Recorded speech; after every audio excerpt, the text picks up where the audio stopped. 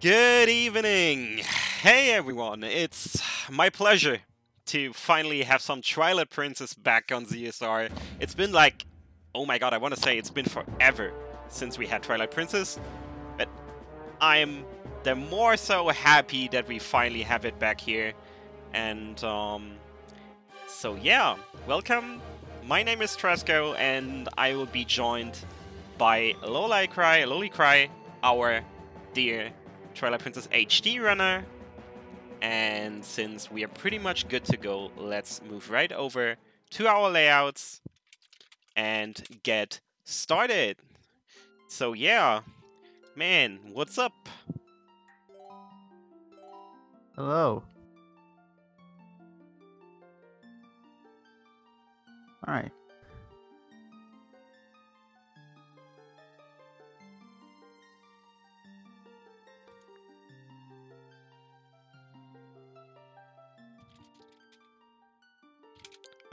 Okay. 1 second. Something happened.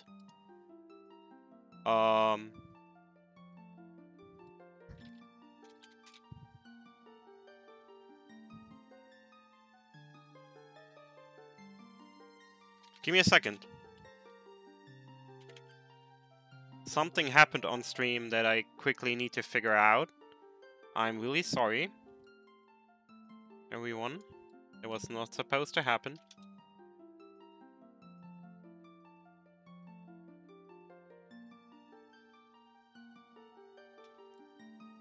So yeah, give me just a tiny second.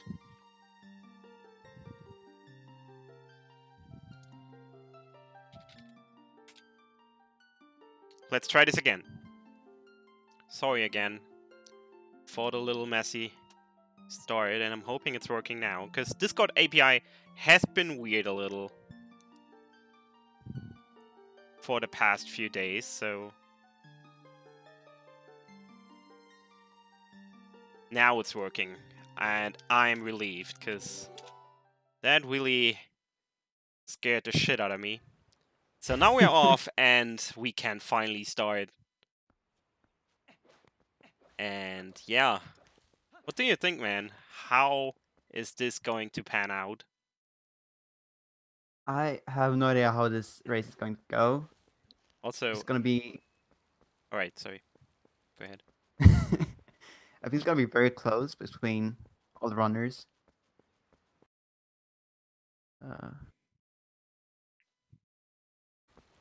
Now we're talking. Everything went wrong. Everything went wrong. Cool. It's fine. It happens. Since we are 5 runners, Horn will be shown. Every once in a while, we'll swap between all the 5 of them. And so we'll show everyone from time to time. But yeah, since I talked about a lot of bullshit, I'm sorry, I talked all the time so far, but we didn't explain anything. So let me cover what happens here. So for Adam it failed, but for the other 3, they actually picked up the rock that Adam is doing right now, and then they used this rock to jump into the gate and clip through. So that's the Oiden gate clip, and it's done just to skip the entire early game. And afterwards, what you will see on Adam's stream now, they just side hopped into the... Adam, come on. There we go. Side hopped into the void and reset the game. This will put you on the title screen. And from the title screen, you can just pretty simple die again, save, and that's back in time. Back in time save in this case, which will put you into your hero clothes, give you the Hyrule sword and the Hyrule shield and the Odin sword. This is done to the fact that the title screen is actually a stripped down version of the game itself and a save file that has all these things, besides a few other effects that we'll talk about later. And if you save on the title screen, you will get just make a save file that has all these things, and it's pretty much the fastest and easiest way to skip the entire tutorial section and the early game. So Taka did a slightly different strat for a slightly different route, but generally he did the same thing, just a little differently. There was lots to talk about. So they actually skipped most of Orden, as you might have already seen. We don't actually need a slingshot or a fishing rod in this run. So there's no point of us doing Orden. That's why we can do back in time. Yeah, and it's something you wouldn't see in TPHD, the version that Lollicry runs, because it just will crash and won't work there anyways, because we don't have a soft reset button. Yeah. Which is quite sad, but even if we could, and we tried using some hacks, it will crash, so yeah. Yeah, it's sad. Alrighty. So Case Master and Zeph actually entered this cutscene at pretty much the same time. And from here, you will just smash the cage, rescue the little kid that's called Talo, and then go back to Orden. And from here, we pretty much skipped all the early game and are ready to leave Orden Village after some goat herding, which is one of the specialties of Twilight Princess. The most exciting part of the run, really.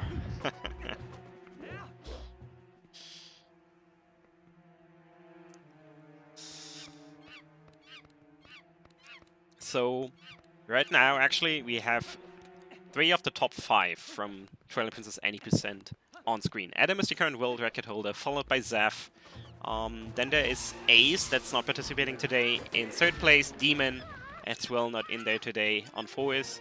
And Case Master is 5th place right now, so... Adam is a little behind because he failed back in time in the beginning, so he had to try do it again and basically lost a minute. And meanwhile we have Audi, which is Case Master's other name or actual name, doing goats, and those goats are really trolly. As you can see, they are just weird. Yeah, Saps just went the other way.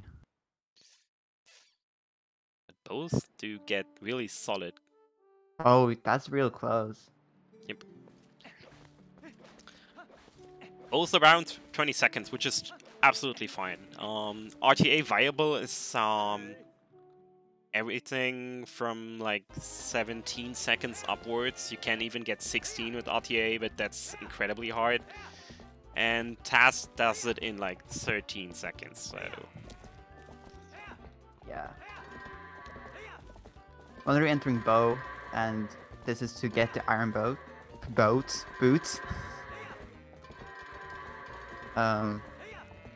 So with back in time, you can actually get iron boots quickly. Yep. And you'll notice that the cutscene here is a little messed up. Usually it's just one big cutscene where Bo is talking to you. But here we have to trigger every single dialogue part of Bo by itself. And that's due to the fact that actually, right now we are not supposed to have this cutscene. This is a cutscene happening that's way, way later in the game, right after we finished Elden Twilight, we saved the kids, and we are about to enter the Goron Mines, which is like way later. But since the save file that we created off the title screen already has Epona tamed, and that's the flag the game uses to start the bow fight, we can already do it, and that's a huge time save because we never have to go back to Orden, or even close to Orden.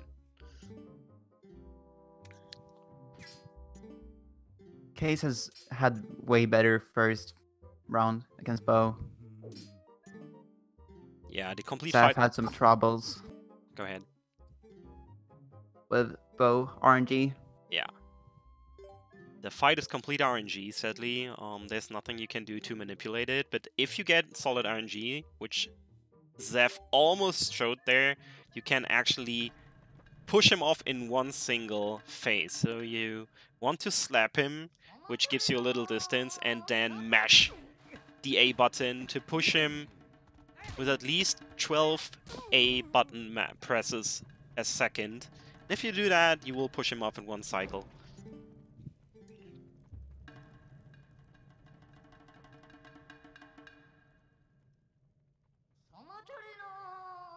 Tak and Adam are pretty neck to neck right here. And Saf and Case just saved to do back in time equip later. Is that right? Yep, that's right. So this is something really interesting and complicated and absolutely confusing that we need a save file for, and I guess I'll cover it when it happens, because right now it would take like 5 minutes. Yeah.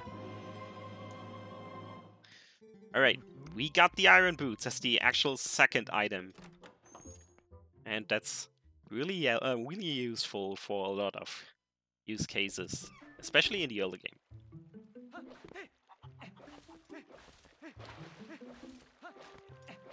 So as you just noticed, Taka didn't save because he did another strat. On the title screen in the beginning, he actually didn't save, but he voided out. And thus did another route. You'll see the outcome of this and the results of this a little later. So now, after this cutscene, we just skipped where the girl, which is called... Oof. How's the girl called again? Ilya? Yeah. Right. Yeah. Where she gets taken hostage. We are turned into a wolf, and now the party starts! Yay!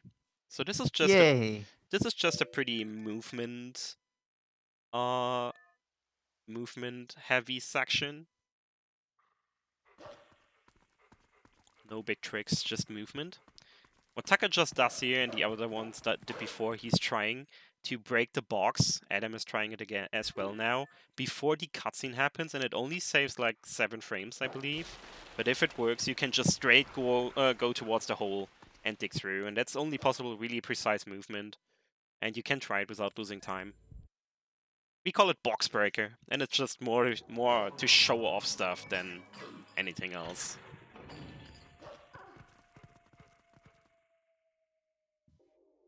It also does work in the HD. It's just even weirder there. Is it? I think I didn't know that.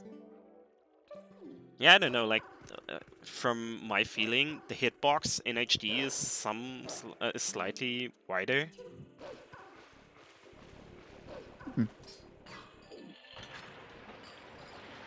That's interesting.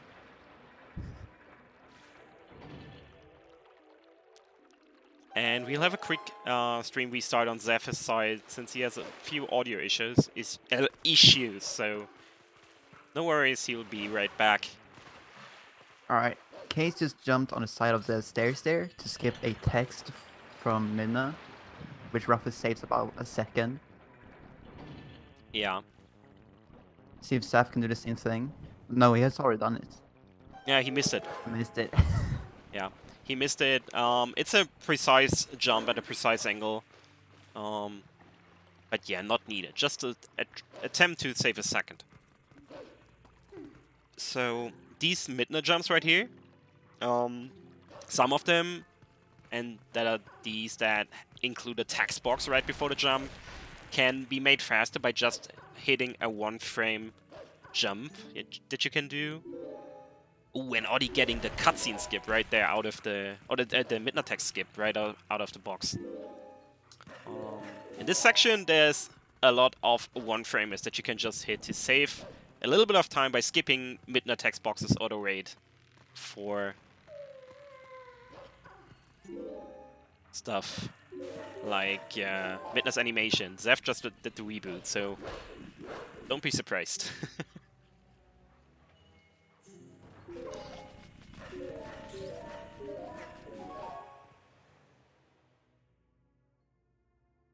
And these Kargoks are really trolly. Sometimes they just are out for blood and they will knock you off this ledge and will cause you pain. But hey, this time they were nice, at least to Case and to Zeph. Yeah. Hope we can see the same for Tak and Adam. Also, in about 8 minutes, so every 20 minutes we'll swap out one runner, and we'll then show what Hornets is up to, the 5th member of this race. Also has a really good time, close to 3 hours, so... Coming up! You know what's coming up, right? Sword and shield skip. Yay! And Sword and Shield skip is the reason why many people attempt to speedrun Twilight Princess and then just stop. Because, hey, this trick is not hard, but it's insanely hard to learn. So this little boblin right here on Case Master's stream, we call him Hugo. Well, Hugo is a little bitch, to say the least. So right in front of Case Master, if he looks forward, right there, there's a little text trigger on the ground. And this text trigger says, hey, you need to grab the sword and shield. You can't go into the Twilight yet. So you can't get past this. You can't just run past it, and you need to get the sword and shield, which we cannot get. Because since we did back in time, and Case Master just gets it first try. Good job, quick. That was Sword and good shield and fast. Yep. So we use this boblin to jump across the trigger with a big jump attack, and Zeph gets us as well. So we need to do that, because we did back in time at the beginning, and Orden is not in that night state anymore where you can grab the sword and the shield, so it's just not there. And thus, this is a forced trick if you do back in time. But Case Master and Zeph did it really well. It's just harder than it looks, honestly, because the position is pretty precise. You want to have Hugo in this spot where Adam is putting him right now, just in front of that white splotch on the ground. And then the jump attacks have a really precise timing. 1, 2, and Adam is barely getting it. That was so close. Ooh, and Taka wasn't... Nah. That was unlucky. So it actually looked good, but Taka wasn't in the exact... Like, he was too far back. He got a good jump out of it, but he was too far back. And that made it impossible, because the trick is really just barely working.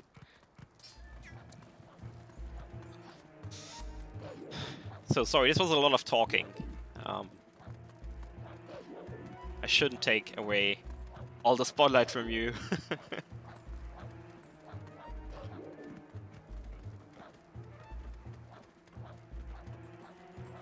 So you might have noticed that the runners don't actually go to the spirit, Fire and Spirit, to get the vessel.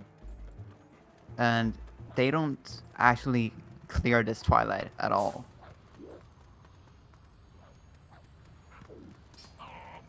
Yeah, and that's... There's sorry, go ahead. there's a glitch you do with the Gale Boomerang that lets us escape Fire and Woods. We can talk more about when it's actually getting used. Yeah, and it's also due to the fact that we already got the Iron Boots, which is one of the sole reasons that we actually go back. Like, you cannot go back to Orden until you clear the Twilight, but since we don't have to, because all we get in Orden are the Iron Boots, we just don't have to. That's the reason we can skip this in the first place. Back I got a Sword and Shield skip now. Yep, thanks God. And apparently on the side, Hornets missed his Sword and Shield skip as well, but I'm sure he'll get a second try as well. Okay, next. Big trick. Early game is packed. EMS time. Yeah. So this guy right here, he's called Jamal. And Jamal is a little less bitchy than Hugo is. Okay, this time for Casey's actually really bitchy and gets him 3 bad attacks. So we just see on Zeph's screen, and he gets it first try. We use the new Midnight Charge we just learned to clip out of bounds. And right here is this Forsaken Sacred Forest.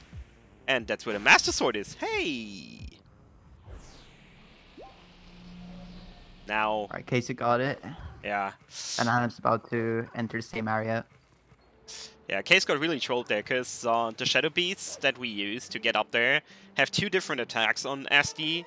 one, the slow attack, where they hold up the arm like crazy, and then this fast attack where they just hit you. When Adam barely missing it. And Case just got the fast attack 3 times in a row and had to get some hearts first. There's nothing he could do about it. So, small difference. Taka got the vessel. Yep. So he'll be doing the Twilight here. Yep, and that's not because of the fact that he can't do the Twilight skip, but since he's doing a little different route, and that's the bite route, as we call it, which is, if he gets the Zora armor, I believe 18 seconds slower or something than the normal route is right now. I'm not even sure on the timings anymore. And that just is a little different route that uses a little different tech.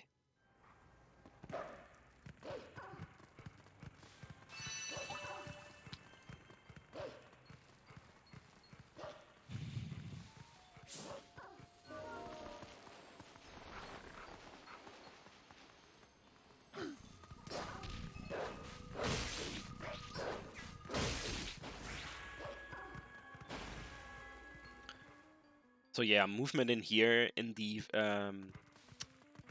Sacred Grove is not really that difficult. It's just moving and following Skull Kid throughout this entire grove, hitting him 3 times, and then he will go into a big fight and say, hey, we need to fight now, and then you'll beat him, and it's all done. It's just the only thing you need to know, don't get lost.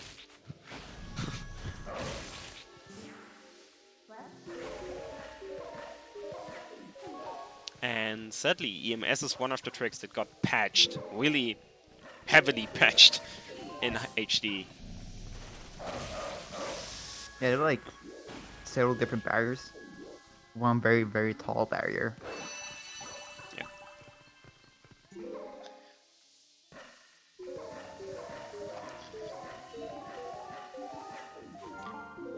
I mean, usually you're supposed to get the Master Sword, like, in the end game, after doing 2/3 of the dungeons already, hours and hours in. But hey, we do it early after 20 minutes, because why not? Yeah, it's cool. Alright, Taka time for EMS.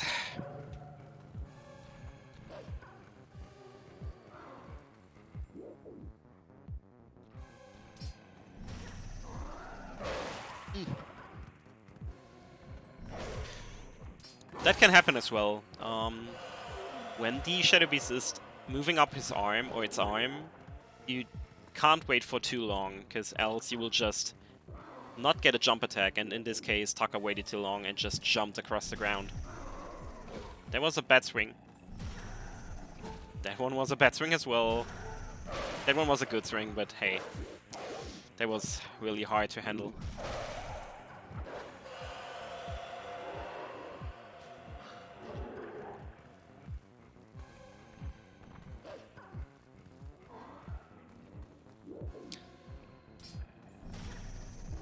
So now, Case Master and Zeph are currently doing the Master Sword puzzle, which is really nothing hard. You just need to get used to it. The solution is pretty simple. It has 13 steps, and you just go pretty much in a circle. You go left down and then go full circle. That's all you need to do, and then you grab, as Zeph does right now, the Master Sword. Hey!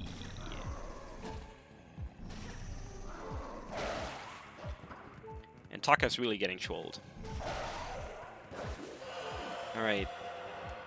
So, who are we switching out? For now, we'll switch out Adam, who's a little behind the top 2, and take in Hornlitz instead. So let's see what Hornlitz does. Ooh, and he has some interesting layout that I need to crop in first.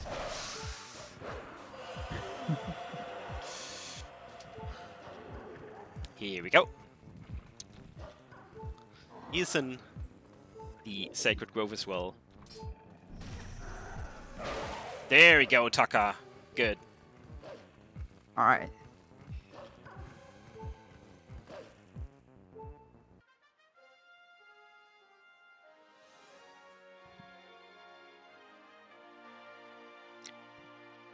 So, Lily, do you want to talk about the differences in the early game between SD and HD?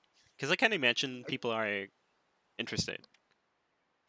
I can do that. So in the HD version, like we said earlier, back in time is patched. So there's just no way of for us to skip Orden. So we do both um, goats herding games, and then we need to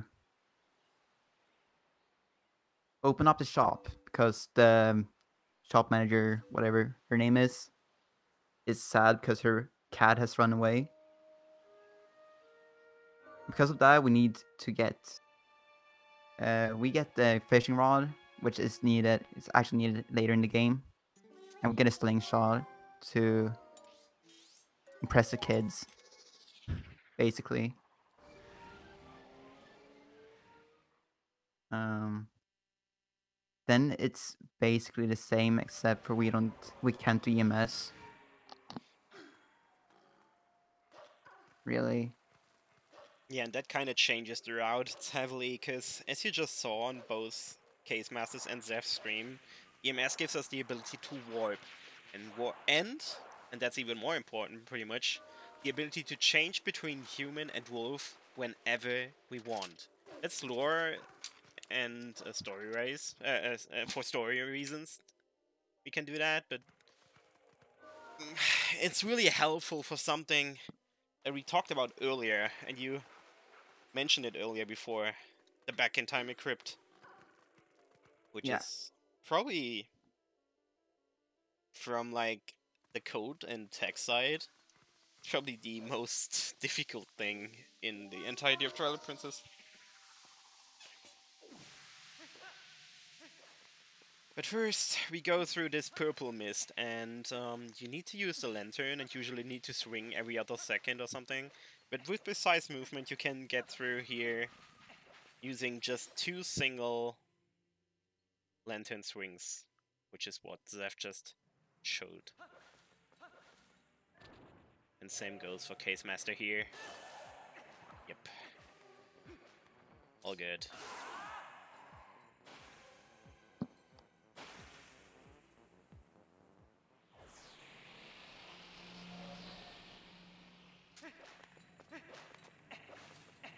So now that we cleared everything we need in Fair and Twilight, which is actually already done for everyone but Saka, we can enter the Forest Temple. And here we'll do a thing that we saw earlier again. It is back in time, so we'll just jump into the void that's behind the door, conveniently enough, and reset the console again, and we will land on the title screen again. That was actually just found like 2 months ago, and it's the fastest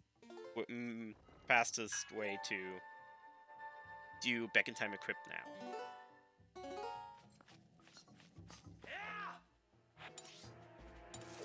Ooh, and Zeph missed it. Oh, he got it! What? Huh. He got it using the map.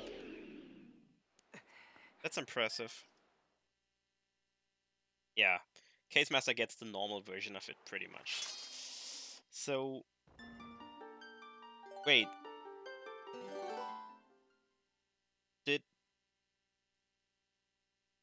What happened to Zeph there? Did he reset early? I think he avoided out completely. We'll see. I'll check it. So what Case just did, he pressed the start button as soon as Link was falling into the void, and you heard that scream on Zeph's side right now. And that's actually causing a little mess up, because it will load the title screen, but with the spawn ID of the save file we just loaded. And conveniently enough, we made that save right after Bow, which has a specific spawn ID that exists on the title screen map, and that, for some reason, spawns you in the King Boblin 1 fight. This King Boblin 1 fight handles a little number, or flag as we call it in the game, that we call the early boss flag value, and that's a value that will change how bosses spawn in the game. If it's anything higher but 0, bosses will spawn immediately without their cutscene. And when you start that cutscene of the King Boblin 1 fight, this will count down from like a really high value and hit 0 once you entered the fight. If we reset during that cutscene, we will keep that value at a higher number than 0. In this case, higher than 4, because this value also handles the monkeys in the forest temple. And as you just saw, Case Master didn't do anything, but he already has all 4 monkeys needed to grab the boomerang, and that's all you need in Forest Temple. With this trick, we can skip the entirety of the Forest temple and just get the boomerang. I did it. Fantastic. Good job. Alright, so entering Ook here, they are going to get the first really good item in the game, except for Master Sword. This item, the Gale Boomerang, has a very unique glitch to it that lets us skip a lot of things. Yep. And luckily we have the Master Sword, so it's only 1 cycle.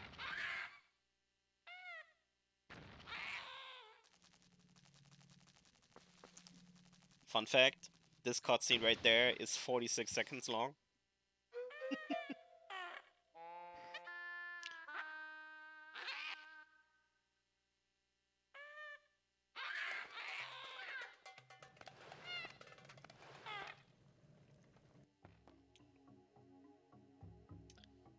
But yeah, this boomerang, and this is the same in HD actually, is a little broken. It is very broken. So since there's nothing left we need to do in Forest Temple and we don't even care about finishing it, we just save Orb and leave. Why not?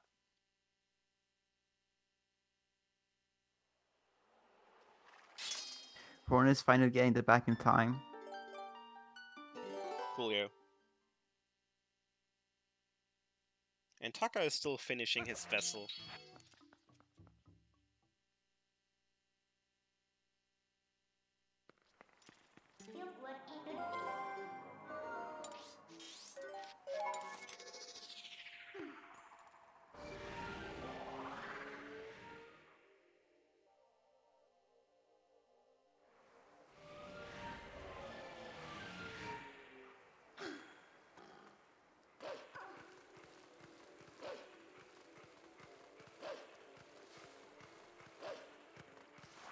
Yes, Sliding Mike, there is a race going on, and you see 4 or 5 of 5 runners doing Twilight Princess right now.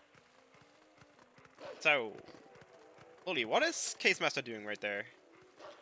Alright, so this is the forest escape we talked about earlier.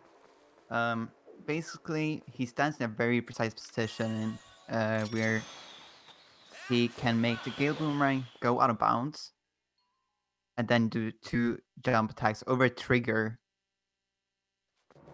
to skip having to complete the Twilight. So the Gale Boomerang has this glitch called long jump attack to it that just, if the Gale Boomerang is out of bounds, or yeah, just out of bounds, it will make you do a jump attack with a good amount of speed. So with that jump attack, you can jump over the trigger for Postman Escape, as you just did, and the trigger from Midna that says they have to beat the Twilight. Yeah, and this boomerang LJ is used in many places in this run, just because it's so convenient to jump over pretty much any void you'll find. And this was the fastest way for us to get towards the second Twilight, which is the Elden Twilight. And now stuff gets a little confusing again. Because... yeah, the worst trick in the game is coming up. It's not even a trick, it's just a jump. And we call it Gorge Void. On HD it's perfectly consistent, but on HD it's useless, so... Case Master just killed all those 3 Shadow Beasts, and now we enter a cutscene. And on one specific frame, it's only one single frame, you have to hold L and press A, and sadly Case Master missed it, and just due Is to that it? yeah. And Zeph gets it. So he just voids out, and these two, it doesn't look like much, but it's a difference of over 1 minute. It saves 1 minute and 5 seconds to get this void out. This is due to the fact that you can just progress here, while if you don't get it, you're forced to warp back to the South Farron Twilight, as Case just happened to see. And now we're getting my favorite trick, which is called Rupee Roll. So we use that yellow rupee to jump on top of this fence. And Zeph gets it. And now we turn around on the fence and land on this little small slope. And from here, that's the only space we can get over the entire gorge to the other side. So we jump a side hop across this ledge and then use the boomerang LJA that Loli just explained to get over. And this is, in my opinion, one of the best tricks in the entire game, because it's looking so amazing. And Zeph nailed it.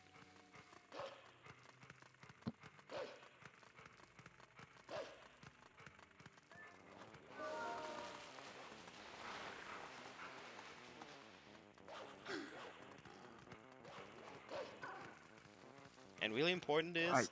Sorry, go ahead. So you see that Case is going to Lanayru right now. And that is where all this big time difference is that if you fail, you just go directly to Lanayru Twilight, start with that. And how you do it, basically, there's this gate where you can clip through with a precise jump and with a precise angle.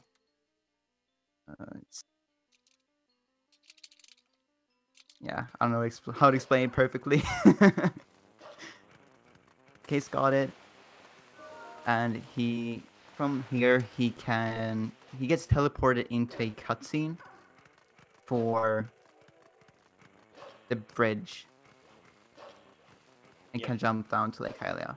Yeah, this is just the fastest way to get to Lanayru, and as you just noticed, Zeph walked into this Kakariko village and then instantly walked back.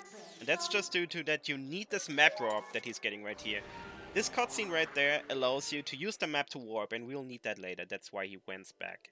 And Case Master is now doing something that we call pillar clip. So there's a Zora tunic that lets you breathe underwater in this game. But hey, it's slow to get, not even that slow anymore, but it's still slower than not getting it. And thus, we do a little precise trick to clip into Lakebed Temple, and it's super clutch. So we used Iron Boots to sink down, and now we use this pillar right here to clip out of bounds. We get behind the pillar, and Link will float up a little, if it's done correctly. There we go, and now Case Master can clip out of bounds, and use the Iron Boots to swim forward. Without the Iron Boots, you can't swim forward with the normal tunic, but the Iron Boots allow it, and thus we make it into the loading zone behind the Lakebed Temple door, just in time to get in there. And it's so close that you really need to be quick and precise with all your actions.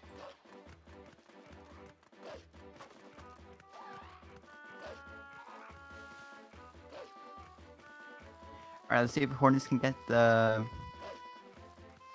jump. He doesn't.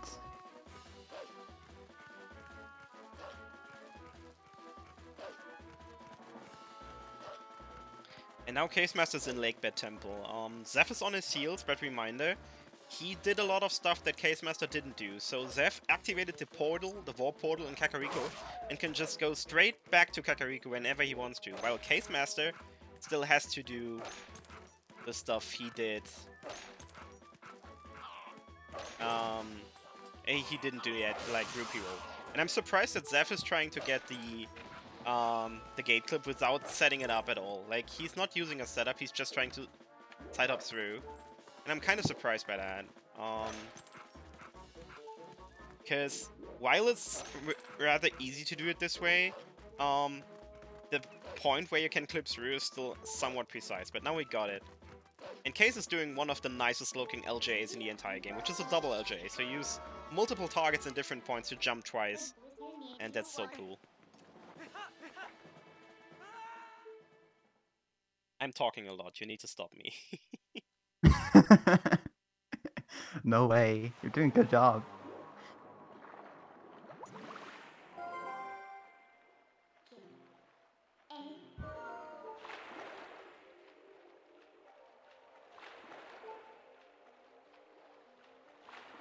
Alright, so right here, Case Master got Uku, which is called Tante in German. Which is used to leave Lakebed Temple quickly and for something else a little later. And meanwhile Zeph is doing Pillar Clip. He really called Midna early, so I want to say this won't work. Oh, he actually clips up. I wasn't sure about that. So here we use another double LJ on Case Master stream. That's not as spectacular, but he makes it. And now here's the little surprise. Case Master just goes into this room right here. And usually that room is just empty, there's only pots in here. But Case Master will look up, and boom! The mini-boss in Lakebed Temple spawns. And that's due to the back-in-time equip stuff we did earlier, where we set the early boss flag, do you remember?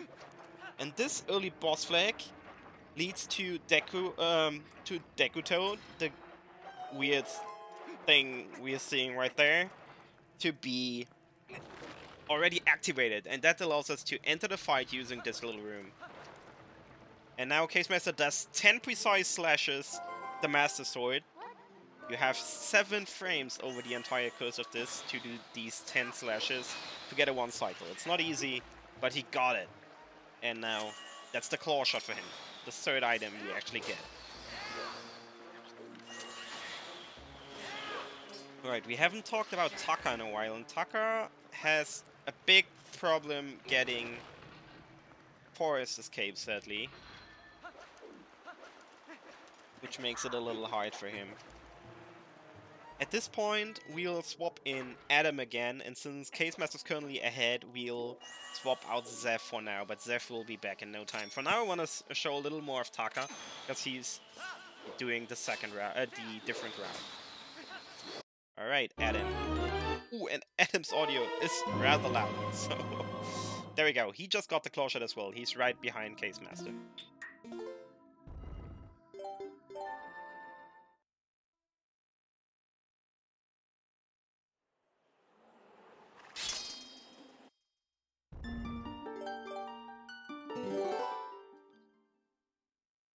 So as you just saw, they just warped out using what I call Tante, or Uku, and that brought them back in the Lake Hylia area.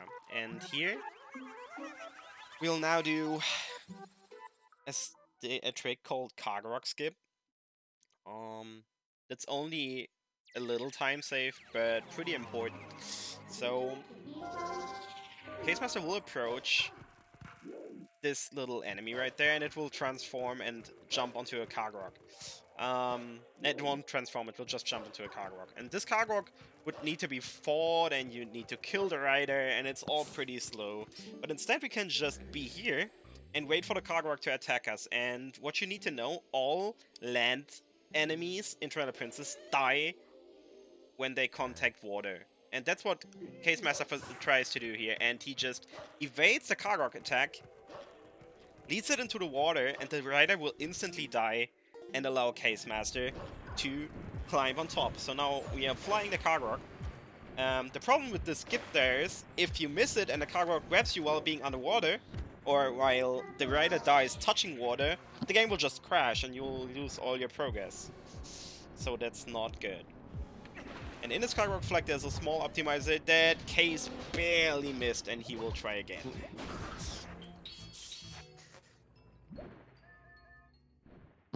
Is that? Do you do that in HD as well? The clip? Yeah, we've implemented it. This a few months ago now.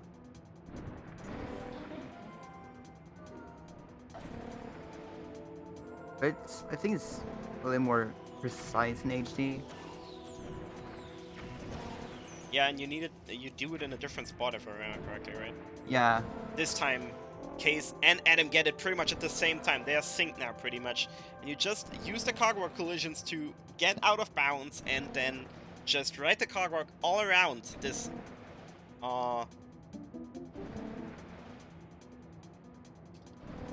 This area right here, this cave, and it's a little faster just to go around.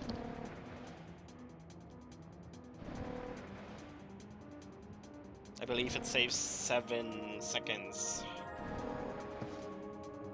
I think it's 6, but somewhere around that. Fair enough. There's usually like a faster way that saves 8 seconds, but it's way riskier. Oh yeah. If you get the clip earlier. That's really pushing it.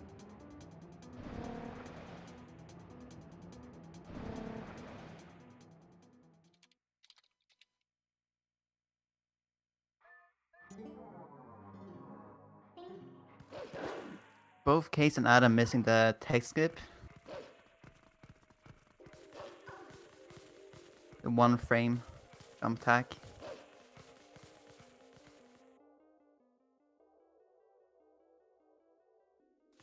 Takis did the double J in lake bed.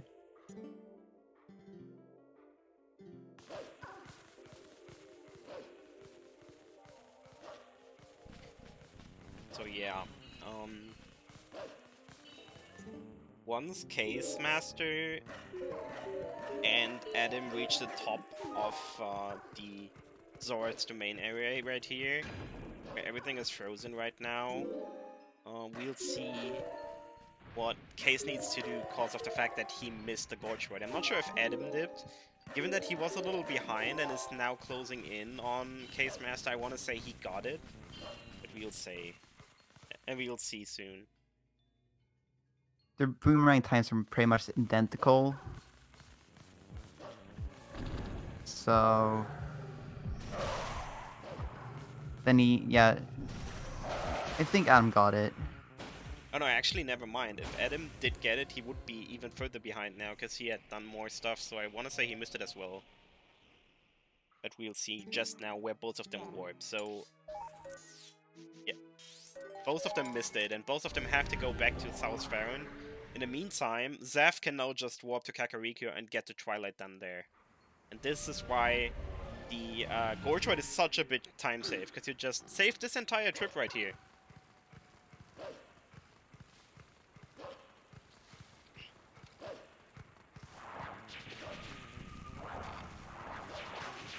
Taka, meanwhile, doing the fight against the Deku Toad and missing the 1 cycle, sadly.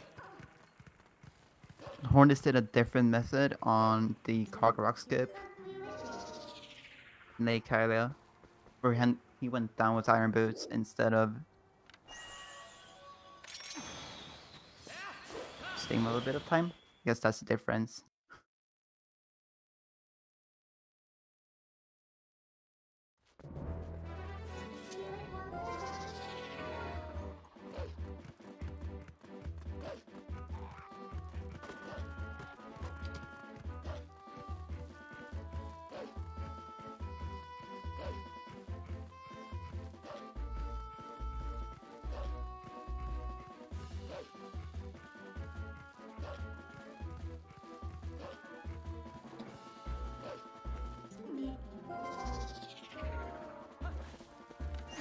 So now they need to do the mainland skip again, which is another reason why this Gorge Ride is saving so much time.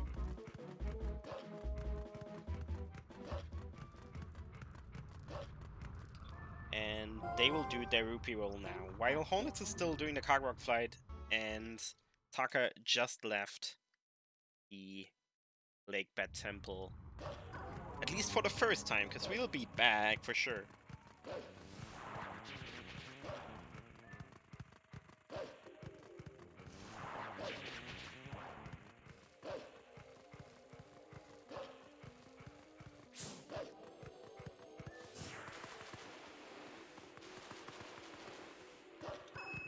So, really important for this to notice. We need to use that rupee because there's no way, when Case Master going for the risky strat there, there's no other way to get on top of the fence here by resetting Link's animation. That's thanks to the rupee, because the rupee resets Link's movement at it resets it to 0, and out of the rupee cutscene you can do whatever you want. That's the single reason we can actually roll by being on the fence. Luckily this 10 rupee there is consistent, and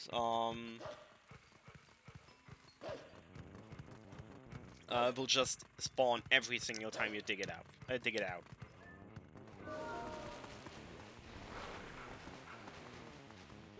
So, coming up next is Elden Twilight, and Elden Twilight is just a super technical part of the run, and I feel like, Lily, do you want to try and do like a full Elden Twilight rundown? Ooh, I could try. I mean, it's a little different in SD, but not much, so... Yeah.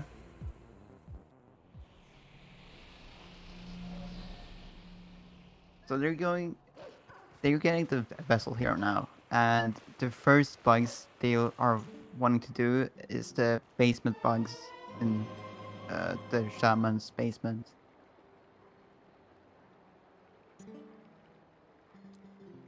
So the easiest and fastest way to get down in the basement is by doing a clip in the graveyard. Luckily, there's a bug here in the graveyard as well, so it's real convenient to go there. So Case here is transforming into human, and he'll do a side hop into that... I don't know what it's called.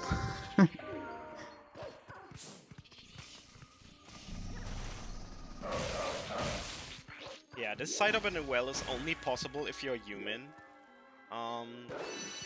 Which is why we cannot do it in Twilight Princess HD.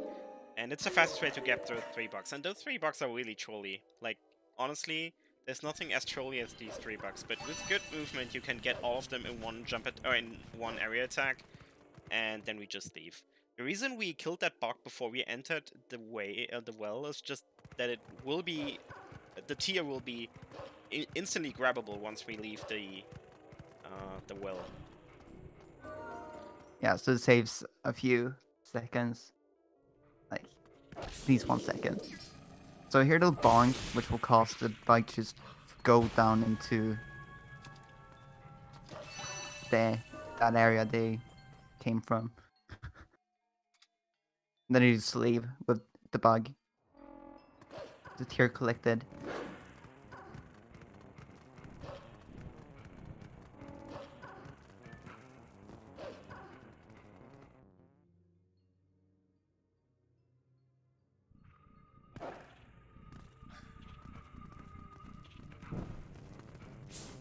Yeah, here they're doing the same kind of thing, where they kill the bug, just leave it, because it'll be, the tier will be grabbable when you come back to it.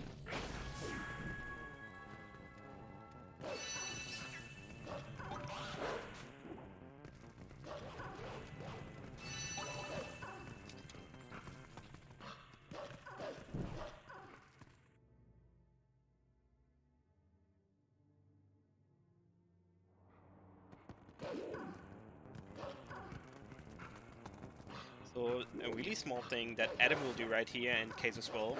As you can see, they do a little weird thing of movement. What they do, they dash forward and then instantly afterwards hit B to do a little slash or a little punch. And that will heavily that will allow you to dash instantly again, and it's called a dash cancel. That will help.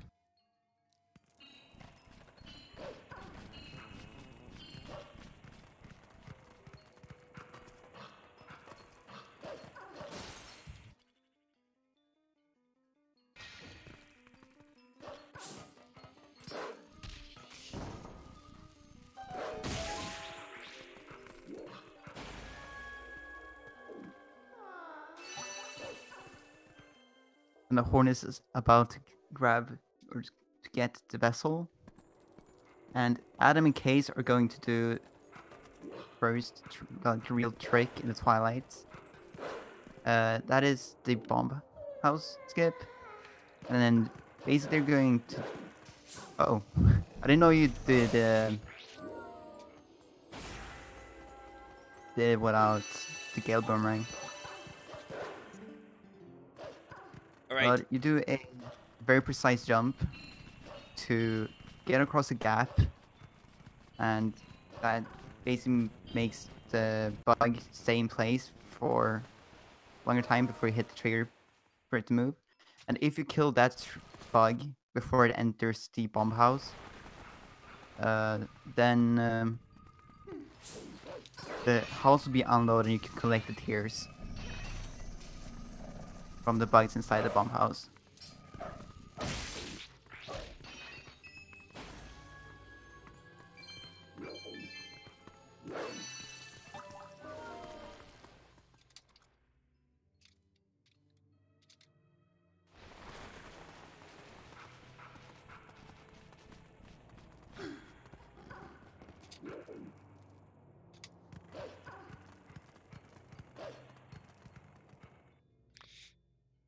Alright, so this was pretty much all we need to do in the actual village of Kakariko, and now we're going back to the backside of Eldin, where the usual entrance to Goron Mines is, which is a place, by the way, that we don't give two hoots about and just will never visit.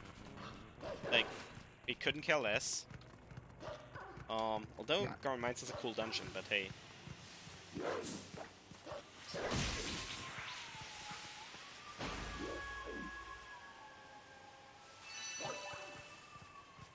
Sadly, not in our games.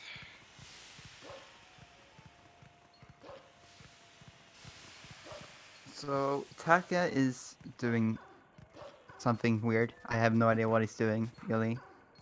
But he got an ending blow, and he died. Yep, he's doing the bite route, so he got the ending blow after finishing Fire and Twilight, which is the vanilla or like the casual behavior. Then got the ending blow, and then went back to the entrance of South Farron. And here you can do the consistent back in time you do in the beginning of the game as well, if you're not doing the side hop. And now he'll do the actual bite. And what he will do, he will not skip this fight, but he will actually do the fight. And this will allow him to get to Kakariko, because at the end of this fight, if you do it in the normal playthrough, you get warped to Kakariko, because you actually fight King Boblin on entrance of Kakariko. So this is the fastest way for him now to get to Kakariko without doing all the stuff we saw earlier. The Gorge Void stuff, and the Rupee Wall, and all that stuff is not done. So he will just fight both phases of King Boblin 1, and then get transferred, or warped, is more like it, to Kakariko. So yeah, Adam is done with... and he fails the one cycle. Adam's done with the Twilight now, and he instantly warps back to the top of Death Mountain. Grab the hot rock.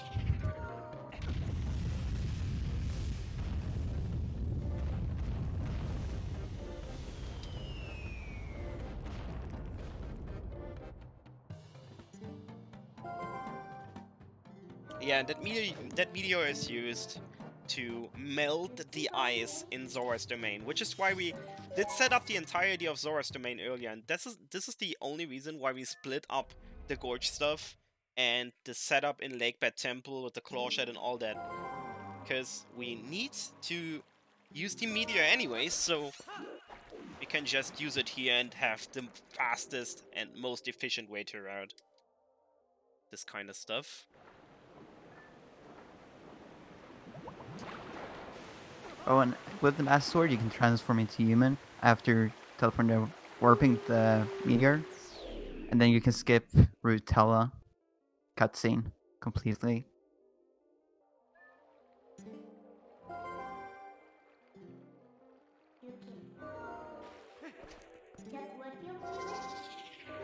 So, coming up now is the longest vessel of the three in the game, and it's the Lenario Twilight, which some people consider the most boring segment, especially in casual playthroughs. Nobody really liked this segment, but in speedruns, it's just a really technical and really hard to optimize segment.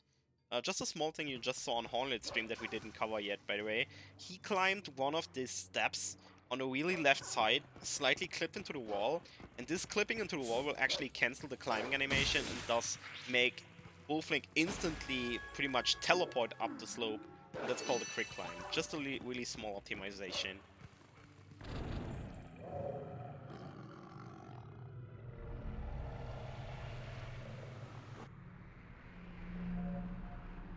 Alright, so now,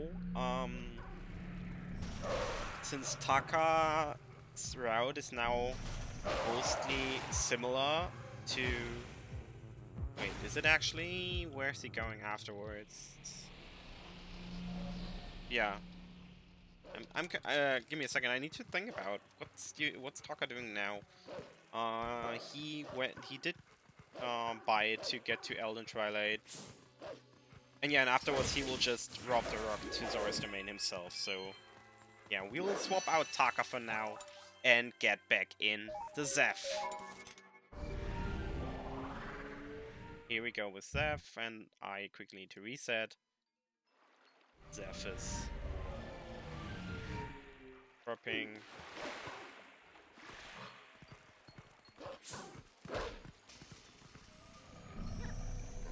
Alright, and we good. So, Zeph failed a very precise side hop you can do to get on the side on a waterfall. Get to this bug faster. Luckily with the claw shot isn't that bad if you fail it, but not good.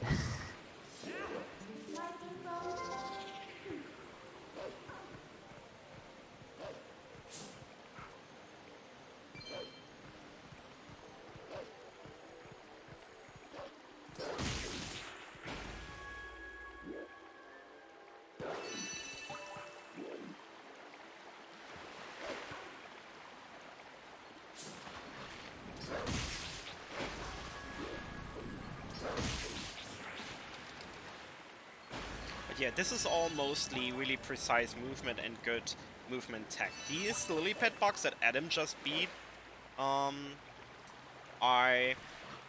complete RNG and can really screw you over sometimes. That's sadly how it is. And if I saw this correctly, yeah, sadly, Case Master missed the waterfall side up, so that's a pretty precise side up. It's a 3-frame window where you can side up at the end of the waterfall towards this bug right here that Case Master is catching right now. And if you miss it, you'll land on the floor, on the bottom of the waterfall, and just have to save warp, because it's the fastest way to get up there again. And it's a kind of big time loss, but yeah.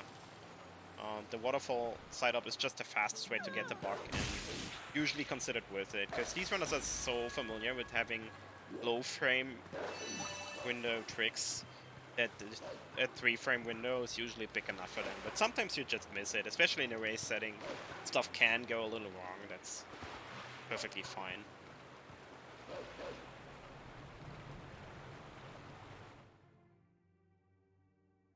As you can see, Zeph is actually ahead of the two.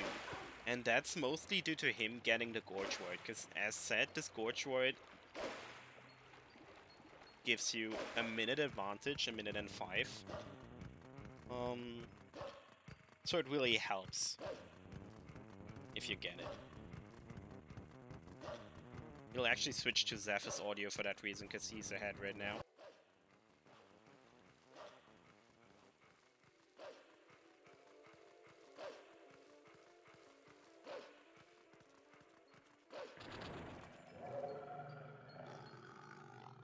Alright. So, after we get this portal, which is the portal right in front of Castle Town, we'll actually enter Castle Town.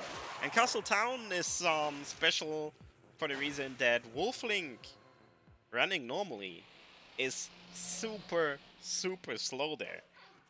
So right now he's really fast because he's outside of any castle. But if you go, or in any city, but if you go inside, he is really slow. Yeah, and this is one of the few areas where normal Link speed rolling is actually faster than Wolf. Yeah.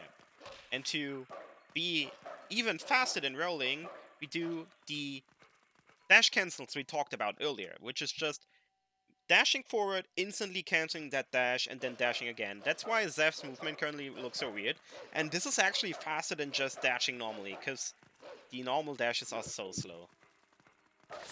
There's one bug in here, which is the only reason we have to go here. And the only reason for that, apparently, is that Nintendo wanted to show how the castle town looks in Twilight, because else you'd never come here. Grand Zelda, I only have one single scene, but this is a HTML layout where I can just replace the streams without having to change anything in OBS. Alright, Hornets actually just did the alternative to the waterfall side-up, which is just using the iron boots and then walk towards the land on the side and fall down. It's a little slower. I believe it's 7 seconds. But a lot easier. It's pretty much free. And now we got the second Card Rock flight, because hey, Nintendo says, we need not one of these, we need 2. Hey, great idea. I really hate those Card Rock flights. I always did. Yeah, they're bad.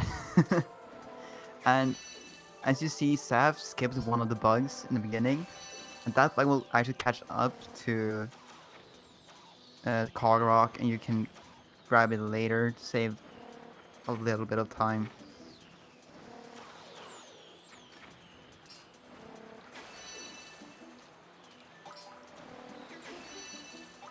And with all the bugs from the river, Zeph will just bonk to get out of the place and spawn back at the last bug that they need.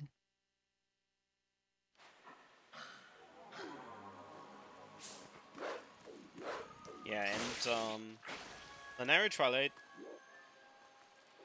were special in that regard, that after this final bug you just collected, there's one big boss bug.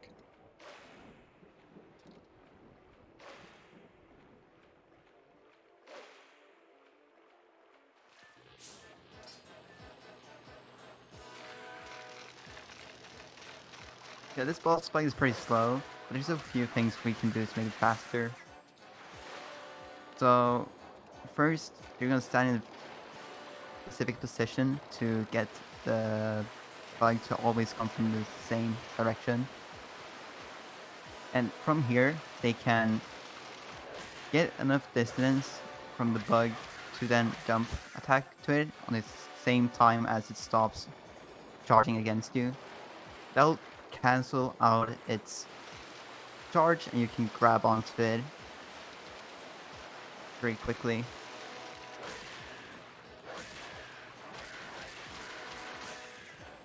Do it twice, and then kind of finish the bug.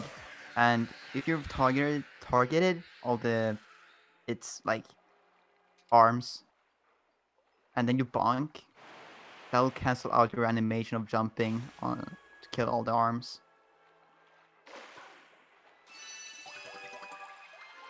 Alright.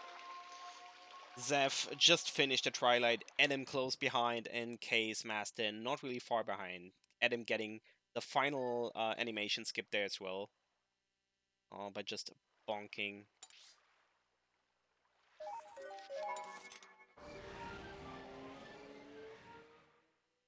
Into one of the legs. And now we got Lanari Twilight done, so what do we next? Well, how about we... I don't know... maybe... rip off some old lady? Actually, she's young. But... let's steal stuff, right? Stealing is fun, that's good. Yeah. Yeah. So, as a few of you might notice, as against a casual playthrough where you would have bombs by now, if you are in here, we don't have any bombs. And, well, we have a few good uses for bombs. Actually, they are required if we want to skip the Zora armor. So, we will get some bombs. Luckily, this little lady right here that we see now... not yet. I forgot something. That we see soon on Zeph's screen has some. So Zeph has actually to howl at the Howling Stone here. To activate one of the Golden Wolves that gives you a hidden skill. If you remember earlier, Taka already got the ending blow, but all the others didn't. And we need that ending blow, because without it, you cannot kill Ganondorf. As mean as it is, you cannot kill Ganondorf. So we need to get it. And since the Baron Wolf is already gone, or is not available without clearing the Twilight, we need another Golden Wolf. And this one, this Howling Stone right here, is the most convenient one, because it spawns Golden Wolf right outside Castle Town, and we'll be there later anyways, so might as well get it.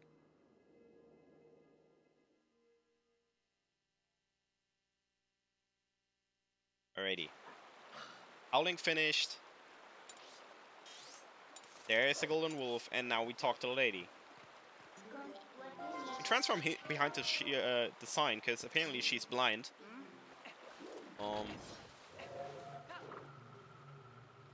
She can't see us there.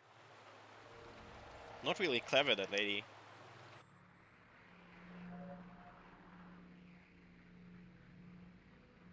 And now we just kill those shadow beasts for her.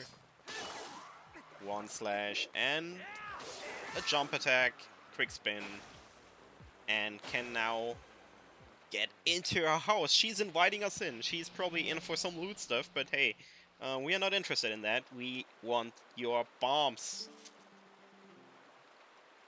And that's not a metaphor, that's actually what we want. We want her bombs.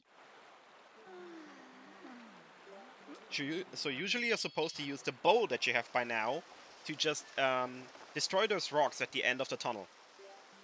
But we don't have the bow and we don't want to help her, so we just use the Uku we got earlier in Lakebed Temple to just Uku out, and we'll steal the bombs from her. But since her bombs really suck and we don't want them, and they like, nah, they are only normal bombs and water bombs are way cooler, we just drop all of them in the pool here. So, hey. There's a faster way to do this, using the claw shot in a side hop animation, but it's so stupid that it saves a little, but it's so hard that nobody does it.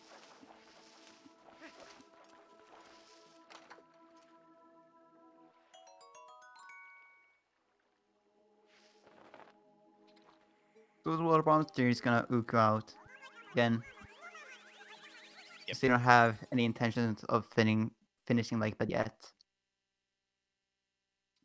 So, since we have water bombs now, we can use those to actually get a real bomb back. The problem with the land bomb back by either is that it perfectly works fine now, but as soon as we finish a dungeon, as in touch a blue warp, or safe warp, this land bomb back will just vanish. It's just how it's coded. So we need a real bomb back, and now that we have water bombs, we can just jump down right here in the pool and destroy this big giant rock down here with the water bombs. You can't do that with normal bombs using a really precise trick. But that's super hard, and if you fail it once, you're screwed. Also, can somebody, Loli, can you explain to me, what does a Goron do underwater? That's a good question.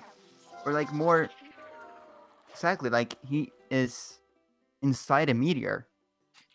Like how did he get inside of the meteor? Yes, and like what? Like that makes no sense, especially here. He's staying down there. He's not even swimming back up. Well, I mean, he's basically almost a rock, so and rocks don't float. Vacation. Alright, next glitch that doesn't work in HD. So what Zeph just did there was something that you wouldn't notice if you don't know, but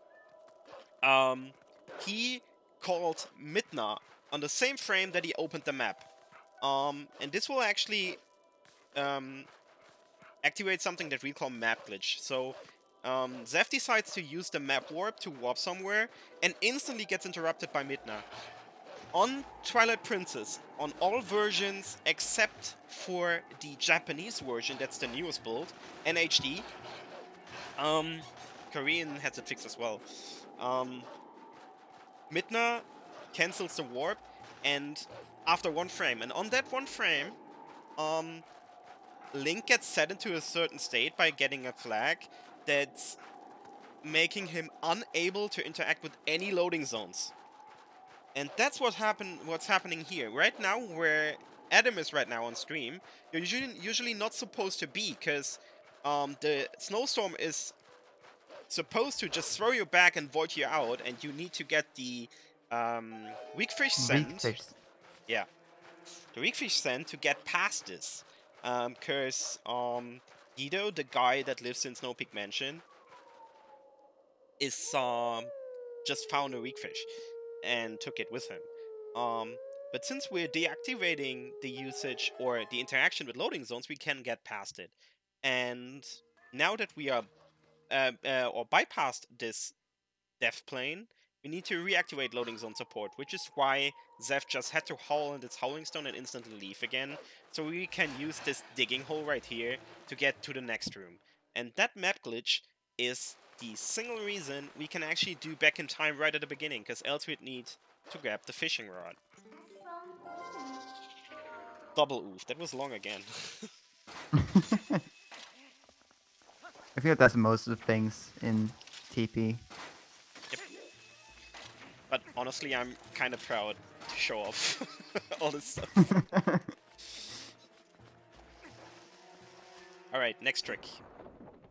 So here Seth is going to do a long jump attack out over the void here to spawn at a different spawn point to skip having to fight the messengers that normally spawns here. So we can instantly talk to the Yeti, but this also makes this like snowstorm kind of stay here, which makes snowboarding way harder. Yep, we call it blind snowboarding because you really cannot see much. It's still a little faster. By the way, Trento, yes, the German version, surprisingly enough, is the fastest version of Twilight Princess, and this is due to the fact that, due to an oversight from the developers, the bomb back text in German is skippable, while it is not skippable in any other language. Also, the rupee text is really short, but that wouldn't be enough. It's the bomb back text that makes it shorter. And that's the reason why German is 5.6 seconds faster than the second fastest language, which is English. It's 168 frames to be exact, if you mash through text perfectly. Japanese would be half a second faster than German, but since the Japanese version that's only available on the Japanese version of the game doesn't have map glitch, this version is around 20 minutes slower than any other version. So we use German, and it's amazing.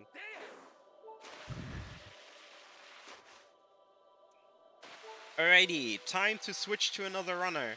And since Case Master wasn't swapped out yet, I know Chet will be mad at me, but he'll be back in 20 minutes. We go to Taka again. So here's Taka. Also, you might have seen this Saf did those 2 jump slashes, and that is a skip that takes from Midna.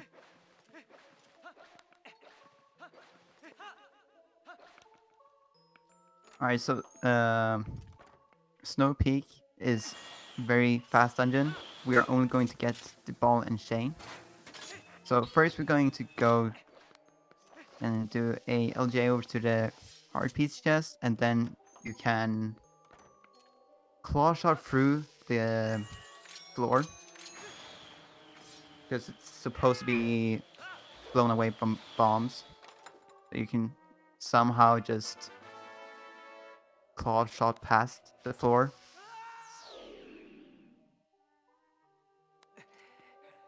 On its way on voiding out, Staff drop some bombs because we need to empty the bomb bag for water bombs again in lake bed. And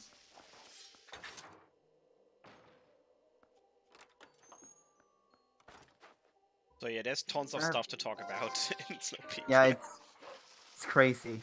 So with a Snow Precise jump attack behind that freeze heart, you can clip out of bounds and open the door without having to do the puzzle. And Taka right here is doing a King Goblin 2 skip as well. And if you void out in that area game during this what's it called? During this date, you'll actually get 2 keys and spawn on the other side of the King Goblin fight. And Seth just died. Ooh. I did not see that coming. Yeah, me neither. But yeah, there's so much stuff in Snow Peak to talk about. Walls are not working correctly, floors are not working correctly, LGAs left, right, and center. Snow Peak is a super fast dungeon, and we only do it until the mini-boss. Chris, Taka's doing Bite Route with Zora armor. So he's actually getting the Zora armor, which is why Taka is in the escort sequence right now. So a little earlier before he entered this, you saw him voiding out, and that's a really new trick that's called King Goblin 2 skip, where you just get into the corner and void out, and it's the reason why these days Zora armor is barely slower than the old Gorge route. So Adam and Zaf just finished off Darkhammer, and from here went into the back, got the ball and chain, and then went in back room for a big rupee. That ball and chain wouldn't be needed for anything, but sadly it is needed because we need it for the Zan fight, and that's, like, I'm not shitting, that's the only reason we got it, because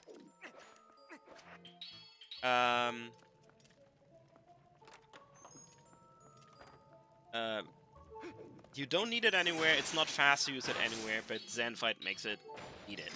So Adam just got another rupee. And he got that rupee, because we need 300 over the entirety of the run. And...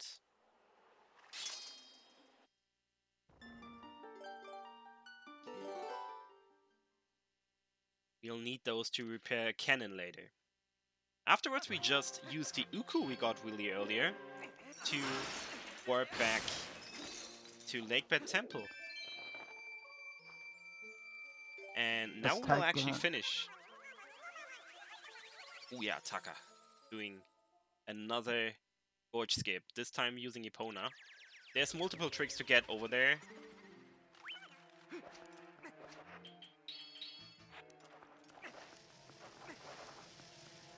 But this one is a slower one. Yet you can do a Epona slide, which is a double frame perfect trick. But it's super hard, and if you miss it, you will fall into the void and have to do the entire sequence again. So it's really, really hit or miss. If you get it or not. Alright, so I'm doing the Lakebed boss key escape right now. You fall on the bridge and you basically clip into the bridge. Then with some precise movements, you can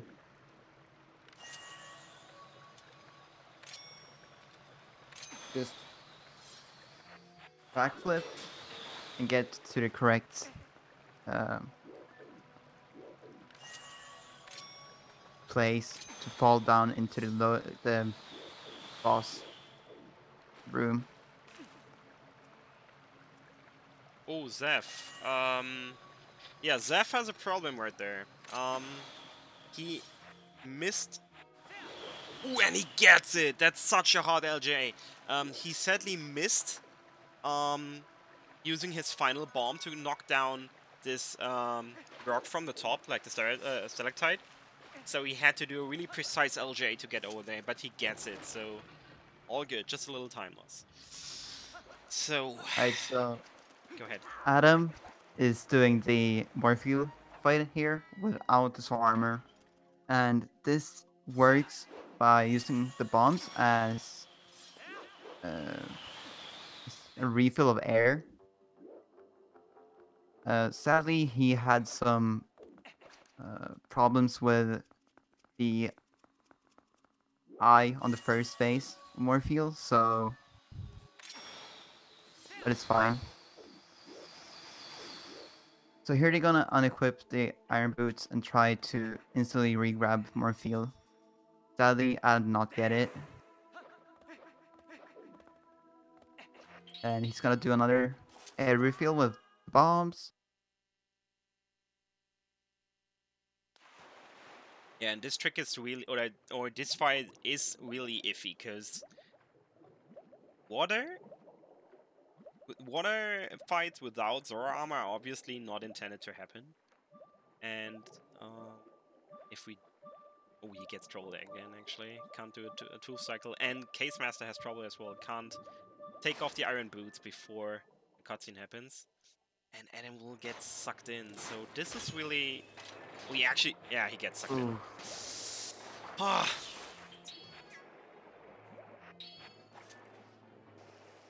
Alright, and now he gets it and can deliver the final And blow. Saf getting the boost up with the bomb. Wait, what? Ooh, he got a rocket link, yeah. I'm not sure why he actually reset, because you can fight after Rocket Link.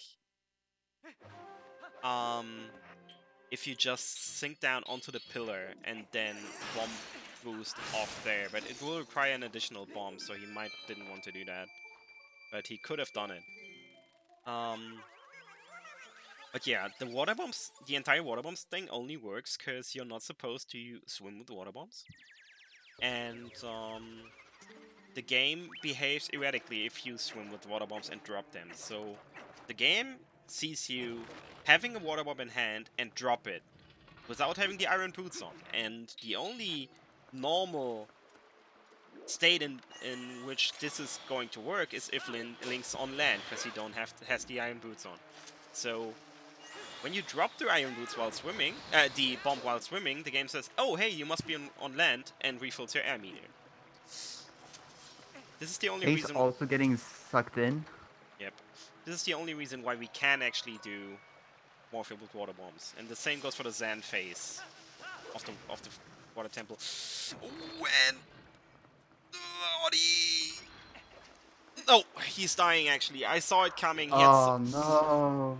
He had so much trouble getting on the back of Morphle that he's actually taking a death, and that death is costly because not only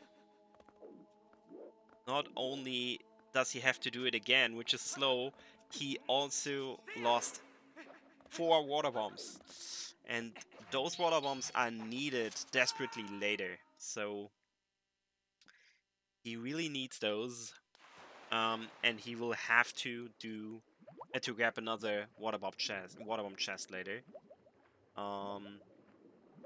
But at least Audie's now showing the different strat to get into the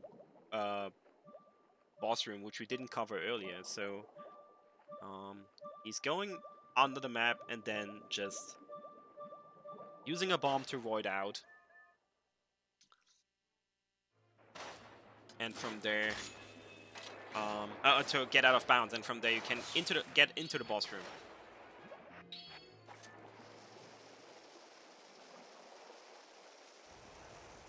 We just have to not do the rocket link this time. Good. So, in the meantime, and that's why I'm switching audio right now, Adam is in Midna's Desperate Hour, which actually features the most well-known song of the TP soundtrack, which is Midna's Lament. And Midna is now sick, because almost or close to dying actually, because she got wrecked by Zant and the light spirit of Lanarian. So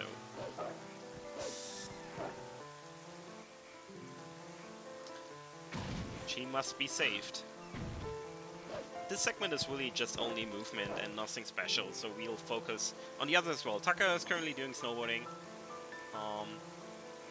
Zeph trying to finish Morphle, and Case Master 2, and from the looks of it, he is trying for the 1 bomb, but Morphle is not playing along. This looked like he was trying to get 1 bomb, but nope, not going to happen. Yeah, he thought about it for a second, but no, not going to happen. So if the RNG is really, really good, you can finish off Morphle in with one single bomb. But it's super precise, you only have a few frames of leniency, and if Morphle doesn't swim in the right pattern, there's no way for you. So for the third phase you can actually wait for Morphle to swim down and then get a quick re-grab. And you use the force unequipping of the iron boots we did before to get off Morphle's back quickly. Currently ahead, Ultimate Peasant is Adam. Adam is a few minutes, I want to say like 3 minutes. Yeah, about that. Ahead of Zeph, then Case, and Taka, who should be a little behind.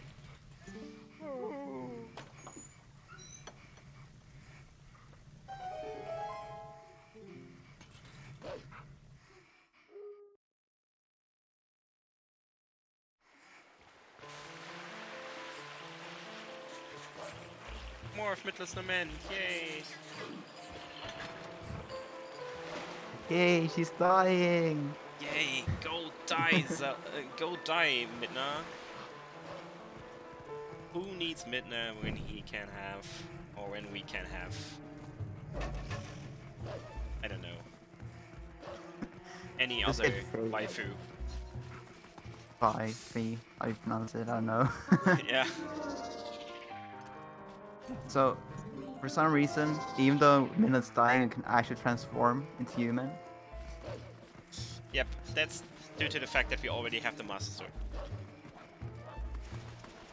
Usually, in this segment, you're not supposed to be able to use any of of Midna's abilities, including warping, including transforming, including area attacks. But since we have the Master Sword, we can do lots, and it makes it lots easier to get past this segment.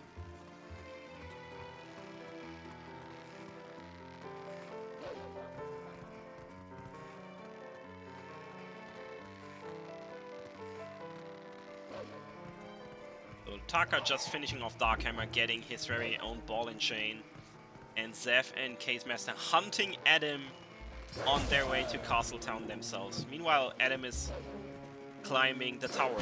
By the way, on the bottom of the stairs, he got rid of one of the boblins. And this boblin, that archer boblin, is actually so awful, because if you don't kill it, it will simply snipe you. No matter what you do, it will snipe you. So on top of this roof, Adam is moving super precise, and there's like barely any room for error, because if you are super fast with your movement, as Adam is, you can make this earlier cycle here. So he is jumping on this floating bridge as it is still in the air, and this way he can barely make that cycle. And it's called the early win cycle. It requires really precise movement and only saves a few seconds, but it's worth it.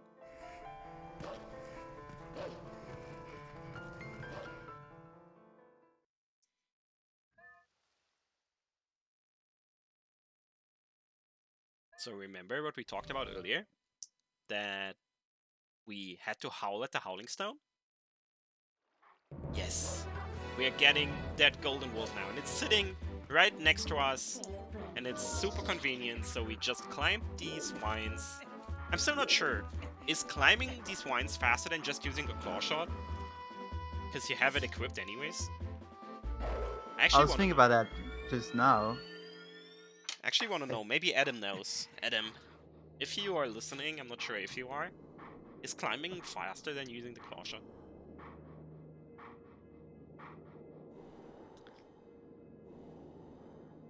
Oh, claw shot is faster only if you get a two-hand grab. Yeah, that's fair.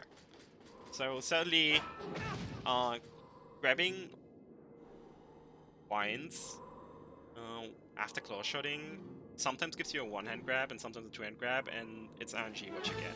Taka's currently setting up the normal version of the boss key skip, where you just use the stairs to clip out of bounds in between the wall and the stairs, and you can use this to clip into the boss room. It's actually the only boss key skip in the entire game, and that's due to the fact that usually all boss doors in Twilight Princess are directly connected to a loading zone. So if you open the door, you instantly touch the loading zone. For Lake Bed, this is different because there's this little room in between, and that's the only reason we can actually skip the boss key in Lake Bed. I don't even know where the boss key is in Lake Bed. I do, but it's really out of the way.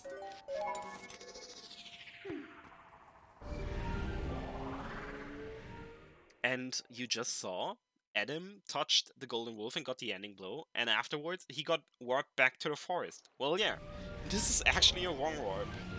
Not a really particularly useful one, but it's a wrong warp, because the game expects you, after beating the first Golden Wolf, to be in a forest temple or in the Farron area, where you're supposed to meet the first Golden Wolf.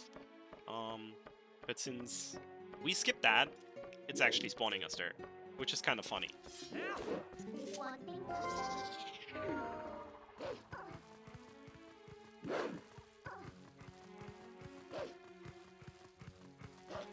And right now we see Taka fighting Morphil, having the Zora armor, which is something we didn't see for the others. The other runners have. Makes the run so much easier to have the Zora armor. So if you are a beginner, and if you want to start playing Twilight Princess, the route that Taka is doing is really the one that we suggest doing. Because it's not even half a minute slower than, or it's around half a minute slower if you do the easy strats, than the fastest any % route, but it's like 10 times easier. Like, I'm not shitting you, it's like 10 times easier.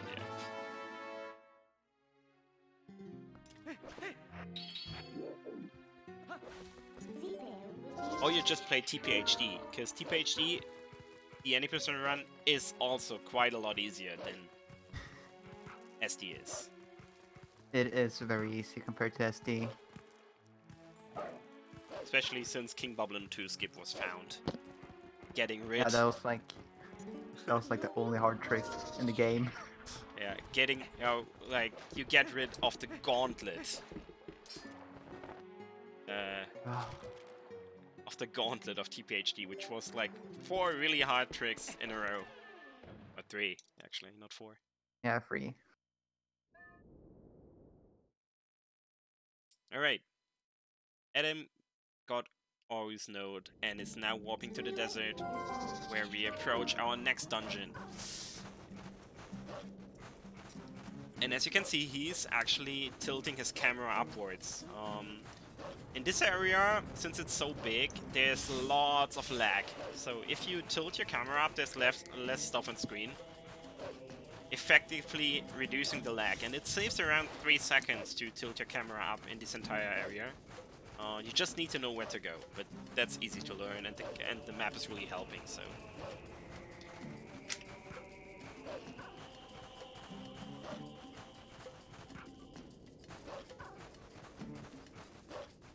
Yeah, both Saf and Case are done with Nessus per hour now. And are going to get the ending blow.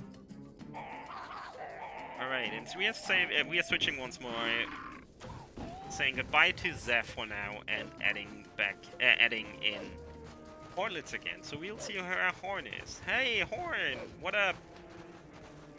And he's not that far behind. He's actually wide with them. Like it's it's like 20 seconds difference. Alright, so on Adam's screen, you see him breaking down the post and just go past that gate, and on the other fence gate thing, you can actually clip through it with Wolf. Yep. Shoutouts to having the Master Sword. Yeah. Although well, you can also clip as through as... Also, you can also clip through as human, yeah. Alright, right here, Adam is doing the map glitch again, the thing that we saw ahead of Snow Peak. And he's using this to actually do a certain trick that looks really funny, but yeah, you just jump into nothing and you get spawned inside of the Boblin Camp. The Boblin Camp is really hard and it's slow because the Boblins are really aggressive, and the key to get the key is slow and not even easy. So we actually get on top here out of bounds and then jump into a hole towards the tent, and since the loading zone for the tent, or the activation trigger, extends infinitely upwards and downwards, we can touch the loading zone and just spawn in the King Boblin 3 fight, which is a 1 cycle, so it's already over. He's not that scary. He looks scary, but that's all. Yeah. That's all there is to King Boblin.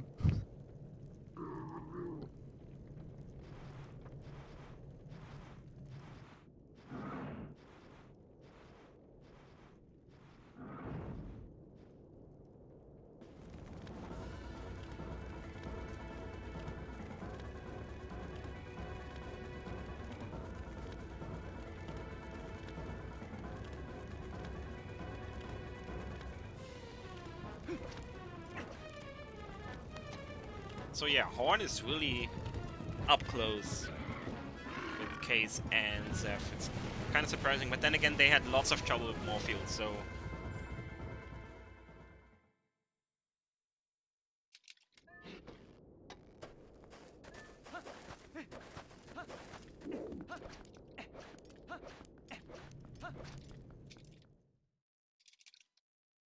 Alright, so Adam just entered Arbiter's grounds.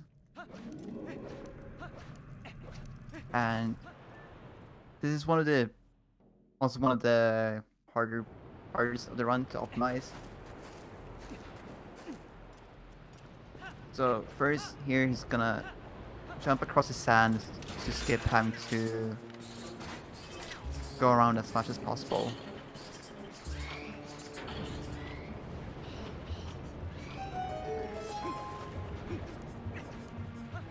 You can actually use a movement technique called brake sliding to get across the quicksand.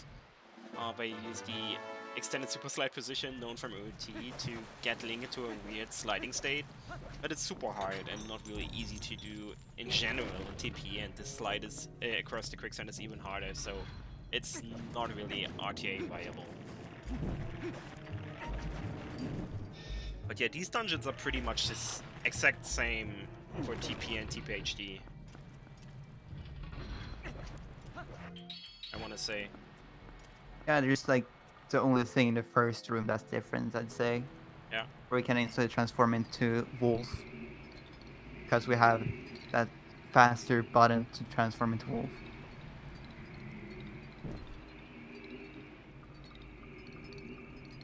So in the next room Adam goes into, he's going to do a clip up from a broken pillar to skip having to collect the first Poe.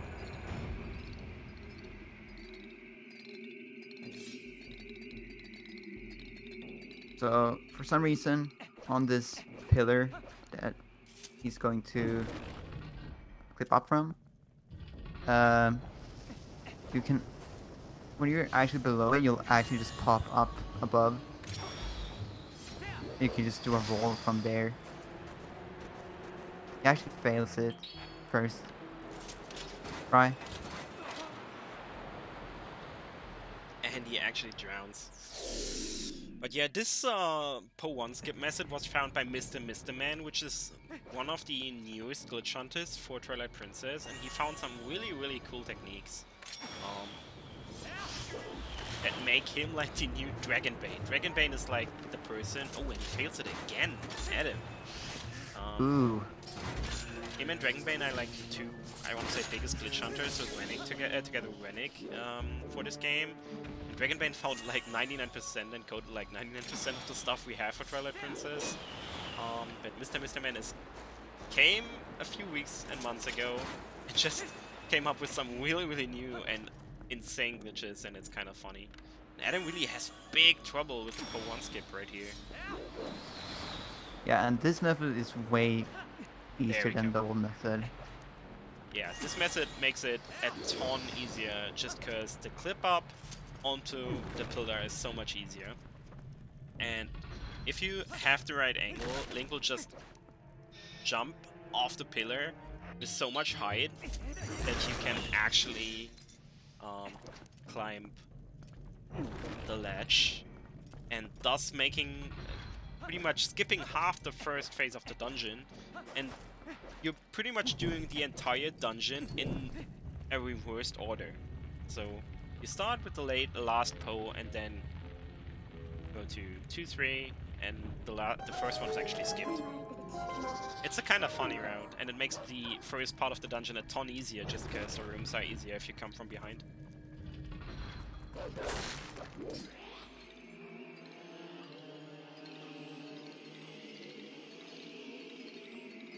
Alright, so here, for this Po Force fight, there's a consistent strat found by Dragonbane that allows us to manipulate the RNG. So depending on the Po that lights up in the first phase, you do a certain movement after hitting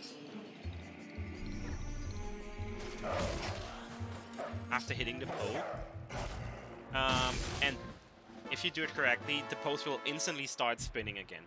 And yeah, Case Master has a good point, since Horn, him, and Zeph are so close together, you'll actually put on Zeph for Taka, that was on for a while now. And we'll see the three of them being super close together. Although I have to adjust the setup for Zeph again. Just because it's a little off.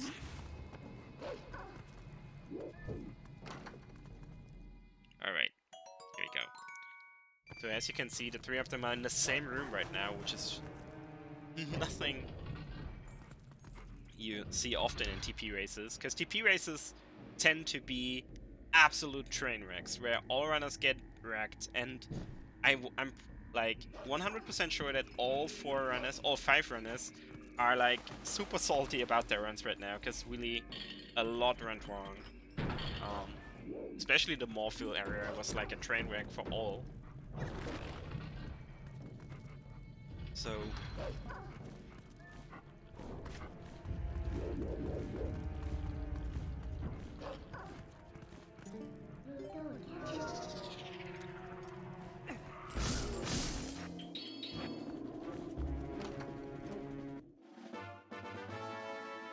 right now, Adam is just collecting red rupees wherever he can, because he wants 300 rupees, and he has 272 right now, so he's only a little away, but he will be set on rupees, no problem, because there's a room that he has to pass by that has 40 in it, so he's set. He will only get one of those, a few greens if he can, and a blue rupee though, because it's faster, I believe. We'll see. He's getting the second, in this case, the second postal here as well. You have to kill, or at least hit the bubbles he did on the side, because if you don't, they will just knock you out. You can. So Seth got. Yeah, go I've ahead. got a post one skip. First try, Case got its second try, and Horn is pretty much catch up to Case. Yep.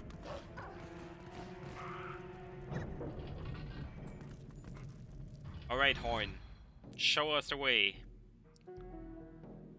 Ooh, he's not getting the jump attack because he didn't wait for the boomerang to get out of bounds, but he will make it back before he drowns. Let's try this again. Yep, this time he got it. And now he needs to climb. Yep, that look... Ah, amazing. That's how I do it as well. Horn with the perfect setup, getting it first try really good. The setup where you just open up the item menu as soon as you clip up, in my opinion, is so much better. But I guess it's personal preference. Yeah, in HD, I just like walk up to the pillar and just try to angle myself. Yeah, that's fair. And Adam angled himself by going C up. And he got lots of green rupees there, so I would be surprised if he's not just collecting all these. Yep. And he still needs one more to be able to grab the 5. But I'm pretty sure he will get a few here, yeah.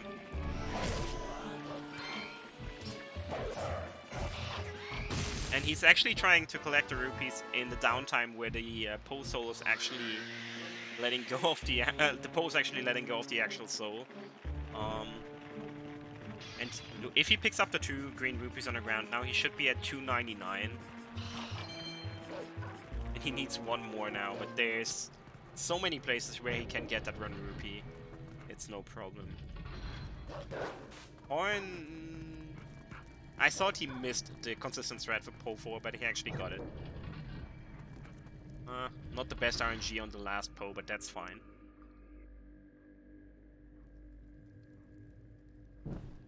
And here you can see Adam has actually the second, the third, and the fourth of the pillars lighted up. And that's enough to open the gate. The game doesn't check for the first Po, because you're not supposed to skip it. Or they don't expect you to skip it.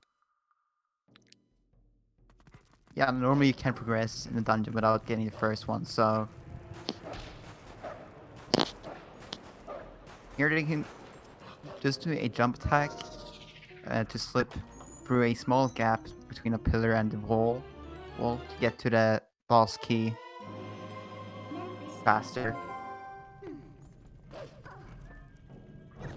And from there they can go the same way backwards, or way to the boss key backwards to get to the boss faster as well. I honestly don't even know how to get the boss key. Like, I'm not kidding. I don't know anymore how to get the boss key without this clip. I have no clue. It's definitely a super long trip if you need to do it normally.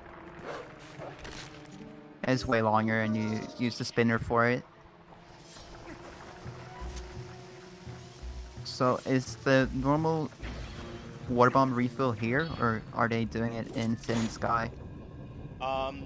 They do it like if you don't have trouble with Morphle, you don't do it at all. Like you don't have to refill your water bombs because you have enough for the rest of the run. But since they had problems with it, they need to refill them, I believe, and they will do it in City in the Sky because this water bombs chest on the side in Arbidas is special in the regard that it won't always have water bombs, even if your bomb bag has water bombs. We believe it's a bug, but we're not entirely sure. It's something about the bombs that were in the land bomb bag. It seems a little buggy. There was some testing on it lately, but we're still not entirely sure what's causing it. So that chest is really nothing you want to rely on. Which is why we just take the City in the Sky chest, if desperately needed. This sword. There's a consistent thread where you can just hit him with the ball and chain and just lock him. So there's something special about Death Sword. If you do a full combo on Death Sword or wait for too long, he will just fly up again. But if you spread out your slashes in a specific way and with a proper timing, it's pretty lenient. He will just stay on the ground and you can finish him off in one cycle. Adam actually did 5 ball and chain hits on him, which is the fastest, but also by far the hardest way to kill him. There's also a way to skip this sword, but it really relies on good RNG and it's barely faster, so nobody does it, because it's just insanely hard. It was done quite a few times on stream by Samurai Man, that most of you should know if you follow speedrunning in general, but he's currently not active and nobody else really does it.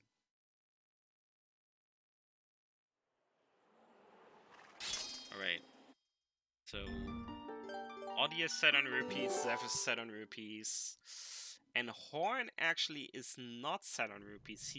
Did he miss one of the red rupees? Huh. Because he only has 250.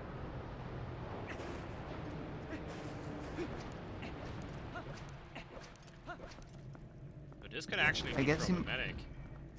I guess he's killing the other Redead then? Yeah, even then, he still only has 290, so...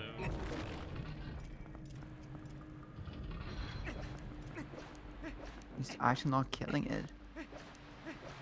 Yeah, maybe he is afterwards. Yeah, that could be true. So what he could do to get the 10 remaining rupees, right where Case is right now, there's a little skull on the ground, and that skull has a 5 rupee. But he's not killing the Redead, so I'm not entirely sure. He might get the 20 rupees on top of Fire's house before repairing the cannon. We'll see. But then he would still be 10 rupees short. Yeah, he will just get the blue rupees, I want to say. Those time he passes the area. Because you can get those tries after the safe word.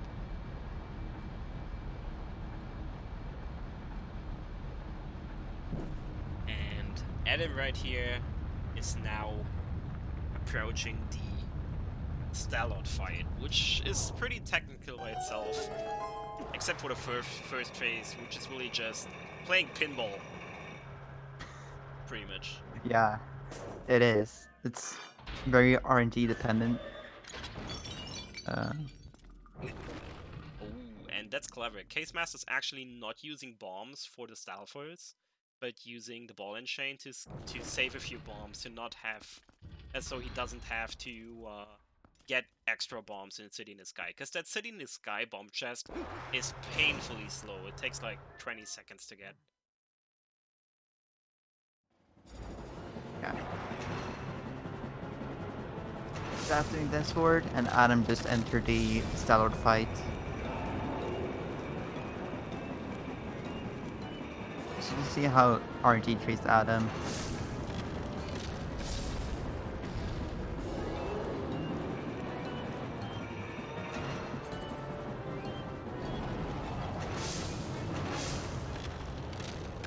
That was good. That was a really clean first phase.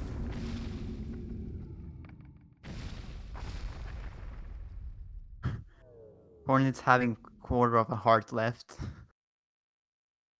And he dies. Oh, and that's He costly. dies. Ooh.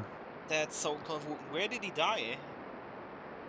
He died by a thing that spins around Oh, after TLoZ.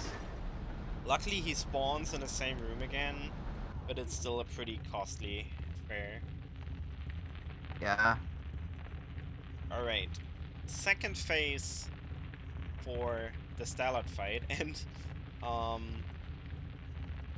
it's kind of funny, because usually if you played this game casually, you're just playing this little game with Starlight where you're chasing him using the spinner. But that's slow, and we don't want to go up all this this pillar, so nah, we don't care about it.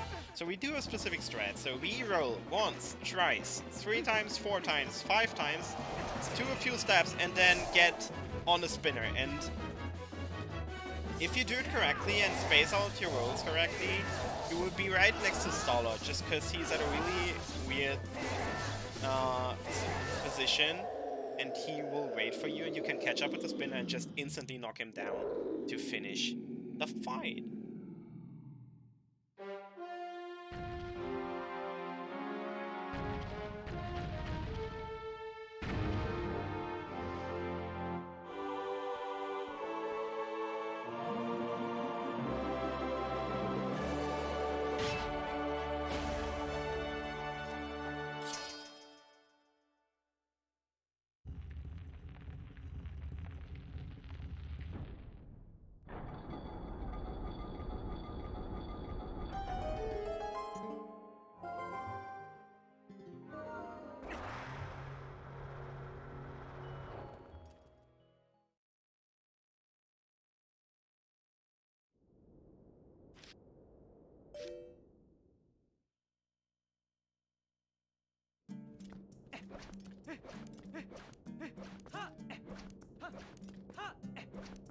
Alright, so Adam being done with Harbor's grounds, he's just gonna get this warp for the chamber.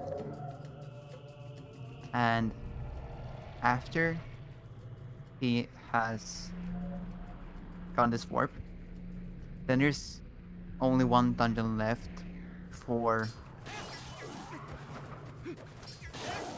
TLoZ of Twilight. So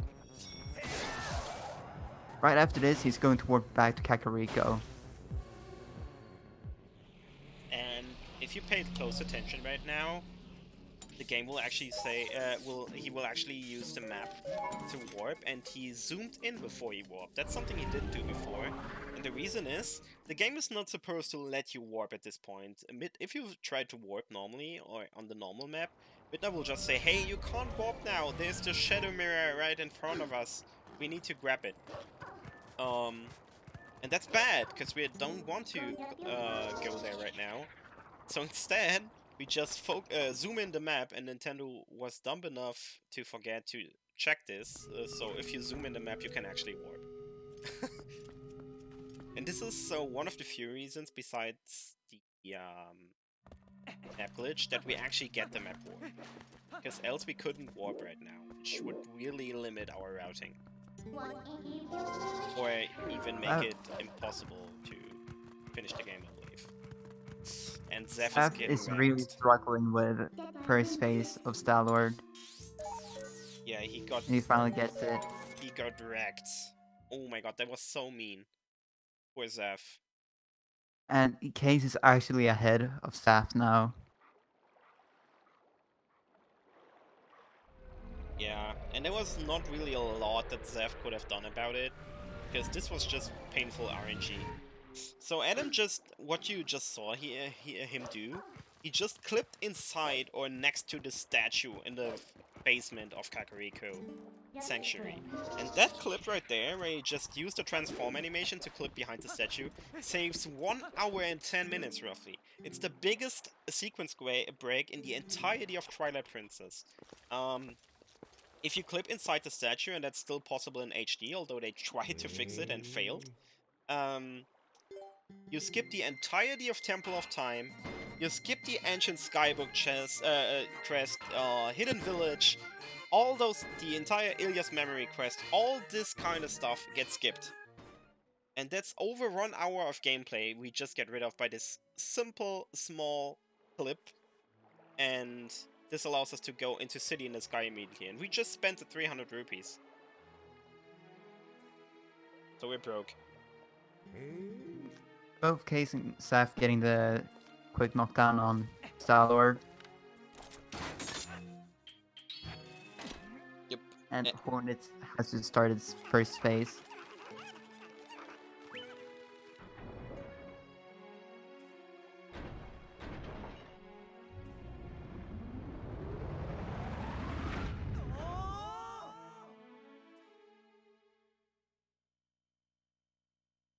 Alright, so Adam is now in City in the Sky, and City in the Sky is like the prime example of why the boomerang is a broken item. So many LJs here, and with pleasure I will let Lowly Cry describe every single one of them. Oh, cool. Thank you.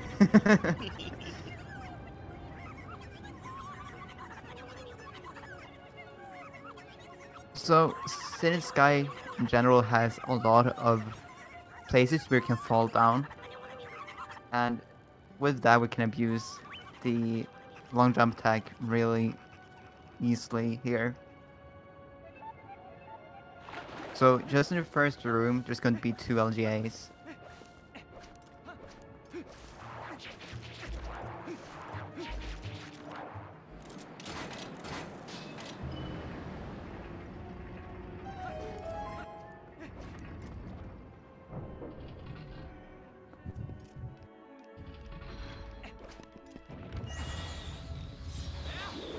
The first one he wants to make it bounce back on walls, and on the second one on this pillar. And here he does a trick to transform into wolf, as far as, and it opens his door as far away as possible as wolf. That makes the fan that blows on top of that room, it just doesn't start at all. And because of that, we can then get to the boss key earlier and skip doing a big portion of the dungeon. Yeah, certainly the best part of the dungeon. This trick, the early boss key found by Dragonbane, actually skips the best rooms in the entire game if you ask me, but hey, it's fast, so we do it. Like, Staff getting the clip in. Yep. To the cannon. Cases as well. Yeah, and Case Master as well. This little clip is what I was talking about. Small clip, doesn't look like much, saves over an hour. So I don't even know, Lonely, since you never played before early boss key, do you even know the strats for the other rooms that we skip? I have an idea about him. I did do a playthrough run of SD, so I've done them. They are so cool. They are. Alright, here Adam is actually jumping on the side and then getting past the trigger. You need to be fast because the wind is blowing. So if you just get on top of the small ceiling or off the wall and just rock across, you can skip the trigger that activates Agrok flying by and destroying the bridge. And not only is that cutscene slow and takes a while and is stupid, we also need to skip it, or we want to skip it, because this cutscene resets the spawn point of Link from the small key chest that we opened earlier to the entrance of a City in the Sky, and that's slow, so we don't want to do it. But there's multiple ways to skip it, and there's one way that's really easy. Also, that blue rupee, what the heck?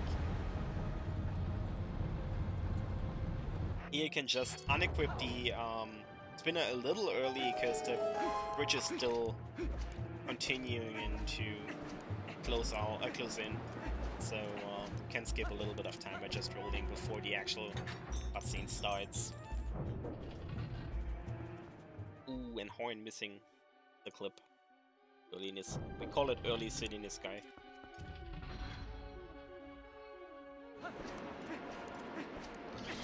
It's kind of funny how they tried to fix it in HD, but made it even easier.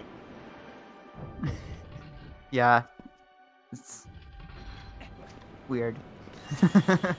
Alright. So they made it so you can't... Okay, you can go on. There you go. Go ahead. Fine. The trick in HD, they made it so you can't just squeeze through the sling. You have to do a jump attack. And it has somehow made it even easier. Yeah, because we can just store that jump attack in HD. Because HD stores inputs, as I actually discovered, thus making it free. Even freer than it is in SD. But yeah, those 3 rooms that Adam just went by or passed by are LJA City. For the 2 do not force that Adam just killed, there's a strat that's actually quite funny, where you just shoot at them, like in between them with the claw shot, and they get so scared that they just jump into their own death. But it's not consistent, not entirely consistent, so nobody does it. And Chris, you missed that you are now forced to sub to watch CSR. That's what you missed.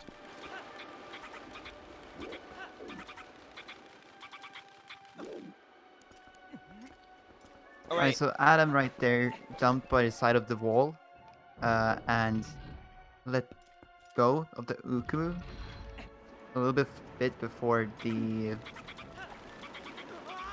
ledge. And that makes him grab the ledge and climb up and not having to do the hustle Also, in that room. Also, sorry all Hornets fans, but since Adam is in the lead and Zephyr and Case Master are so close together, like only like a second apart, I switched out Horn again just because it's really interesting. And Taka sadly missed, and he's doing break slides there. So that was a break slide where you just turn around and move. And we got company, I heard. Hey, Midnight. Wait, Alright. why am I not hearing now? Hey, I don't know. Hi. Hi. Hi. So this is Chris Midnight, and Chris Midnight actually made an amazing practice room for Twilight Princess. That makes practicing the game a lot more efficient. Efficiency is key. Yeah. Although he knows nothing about efficiency. I don't. I am terrible. I am the worst person when it comes to any type of consistency or efficiency. I am consistent in drinking my beer though, so. That's good.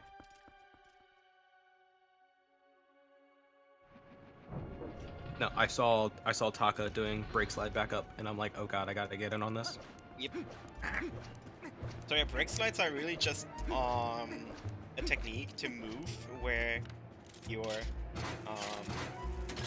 can pretty much reverse all kinds of movement modifiers. Like if you go upwards as normal Link, you will get slowed down slightly. If you break slide up a slope, you actually get faster, as if you would roll downwards. So in some areas, break slides are actually useful. They are not super easy to do though, or like do fast, so they're not really used a lot. Fast uses them all the time. So nice little LJA here, and as you just saw on Adam's side, and will now see, and soon see on Zeph and Case Master's side as well. He just put Claw Shot up through the actually not spinning fan, since it wasn't activated in the beginning, and that makes the dungeon really short because you can just get the boss key from there. Also, we didn't talk at all about Arielphos, right? No, we didn't, because Chris joined. Dang, it's all Chris's fault. Damn. Yeah. Wow, it's my fault.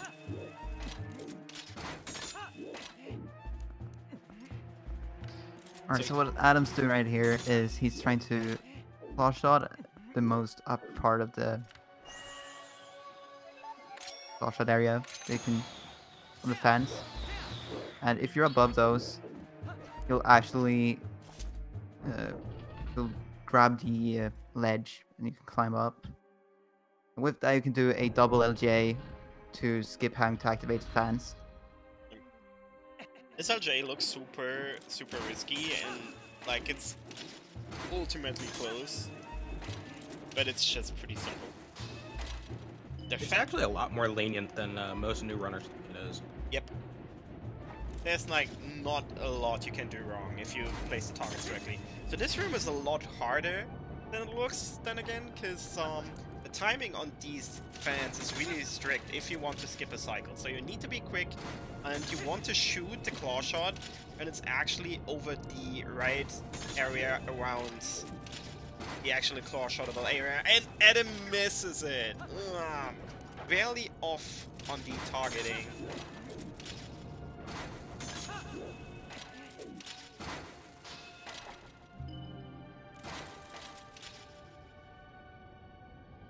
You got a quick He's back about up, to though, so that's enter good.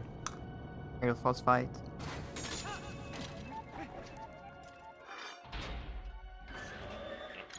And Taka's actually getting the 20 rupees because he's missing one single rupee. That's eh. He was at 299 rupees, so he had to grab one more. And now Case is in the area alpha fight, and he messed up the setup. So does he still get it? Yeah, he gets it. Oh no, he actually did the new strat. I didn't know. Yeah, So- he did slashes, and it's really interesting. The slashes doesn't always put you directly like in line, like how the roll setup does. But so it looks sketchy, but it still works. Yeah. Zeph does it as well. So if you get in a really precise position, there is one exact pixel of this little medallion above the gate that you can claw shot. And this way we can just skip the area alphas fight because we just don't care about area alphas. And the only way to get out of here is by safe warping. But yeah, it skips the fight and it's 30 seconds faster than one cycle, so we gladly do it. Adam not going for cool game. Goes bad man. Going for cool game. Dang. Absolutely. Alright, gets to one cycle here as well. Quick knockdown again. And Area Alpha, not Area Alpha, Argorg is actually a pretty technical boss fight, since there is a lot of glitches to make it a little faster, not even lots, but...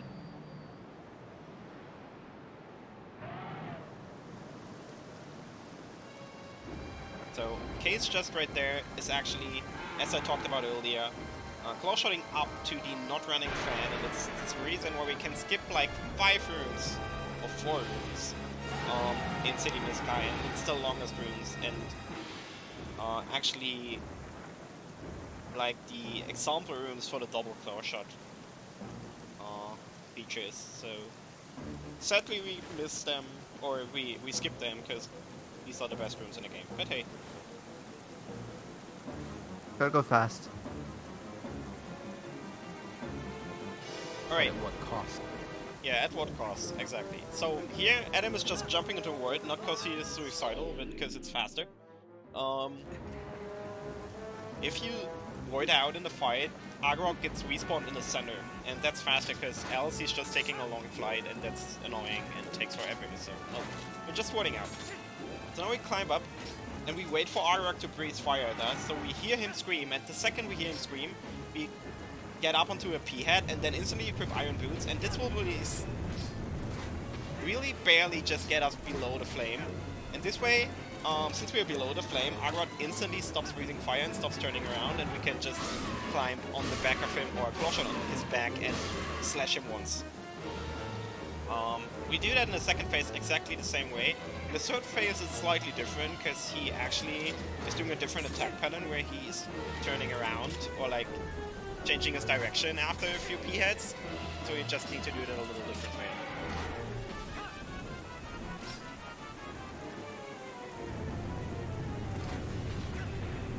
I'm surprised, because Adam is really claw-shotting early, but it seems to be late enough.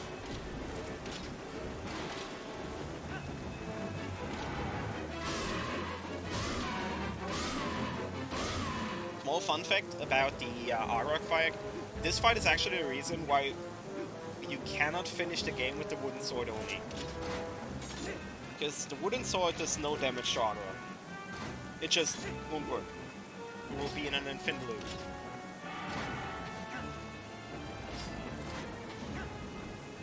So this is the third phase where you actually go for 3 P-heads and then use the iron boots a little later, and this way you can skip an entire cycle again. You're essentially doing what you do for the first 2 cycles, but you're delaying it until the second fire breath. Yeah, and you don't instantly use the iron boots, but wait for them to be close to the P-head next to you. You can actually 2-cycle this boss, but it requires golden shoe jelly, or what's the other potion? The fairy potion. Fairy tears? The fairy tears, yeah. So we don't get those in any percent, and we cannot get them in any percent because we don't have a bottle. Shout outs to HD any percent though. Yep. In the 1 of a billion use cases where you have the RNG to actually get golden shoe jelly, which happens like once in 250 runs. Yeah, I'm not entirely sure where Zeph lost that much time. I'm a little surprised. I'm pretty sure it was that Aerofall skip. But he got it first try. No, Zaf, I believe, yeah, it was Zaf got a little trolled by the Lizalfos getting to boss key. Oh, okay. He missed the LJA and had to deal with the Lizalfos.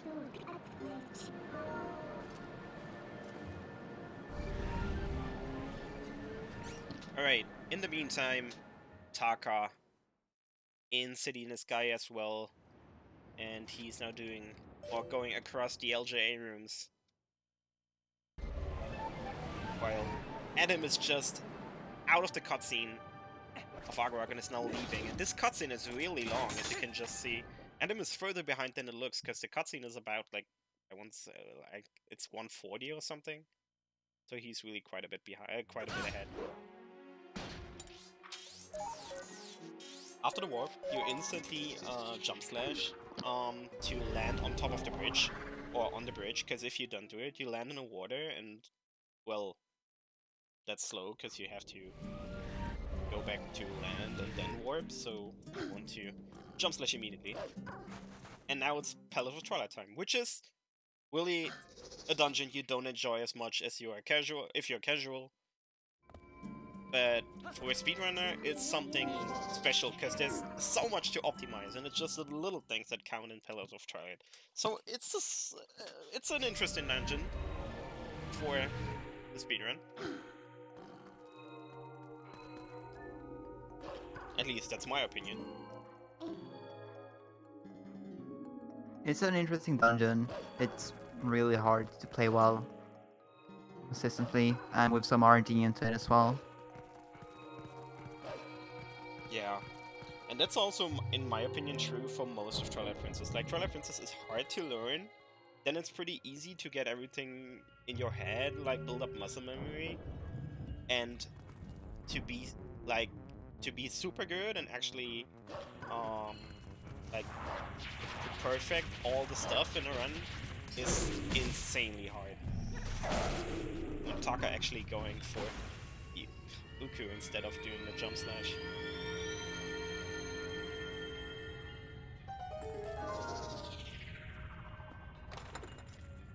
Alright. Adam in Palace of Twilight. So everything in here is just about good movement. There's no glitches. Well, not really. Until like the second half where there's a few.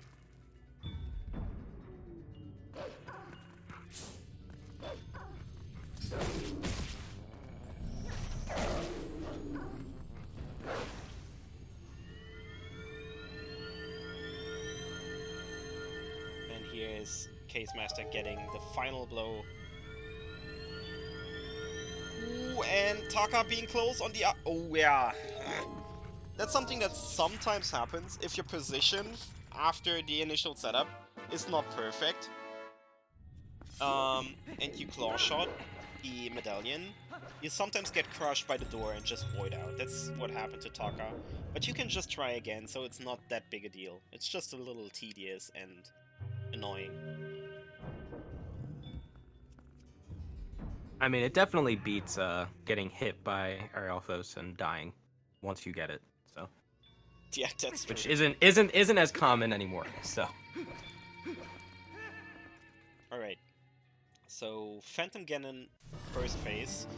This fight is unique in the sense that you want to have stereo audio here to be able to hear where Phantom Ganon actually spawns, because else it's getting a little weird.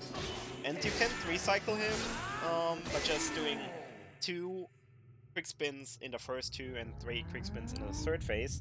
But you need to be quick. If you are not quick enough, you will cast a spell or like some of his magic, and it will mess up the cycles. So there's only a small text tip here, where if you ball shot the wall before Midna talks to you, get rid of the Midna text. Yes, Mid, I interrupted you. Huh? I interrupted you. oh yeah, you said Phantom Ganon. Oh, Phantom Zand, I'm sorry.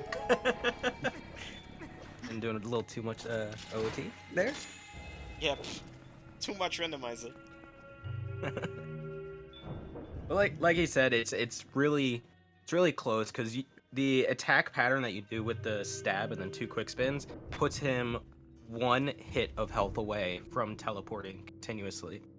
So if you happen to get, like, you know, a roll stab or something like that, you have to adjust, and it gets really annoying really fast if you screw it up. Overall, as long as you have stereo audio or you can pan the camera really fast, you're pretty much good to go with Phantom Zants here.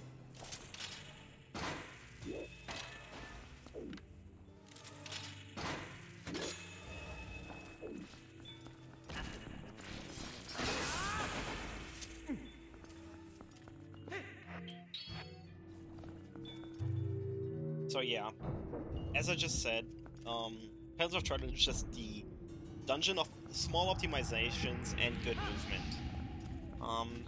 There's small things like L slides, and like little optimizations to get past a few obstacles, but there's no really glitchy stuff. So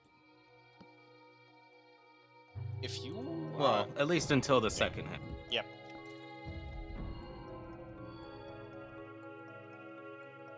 Taka doing a different strat for getting across here. He claw shotted over to the 3rd fan blade, which you have to do from the side. It's an interesting claw shot to do. It's not very difficult, but then you only have to do 1 LJA, so it's a little safer. And yes, Cryo, we are ignoring that fact because we are just we don't do that many bosses, so we are not that as picky.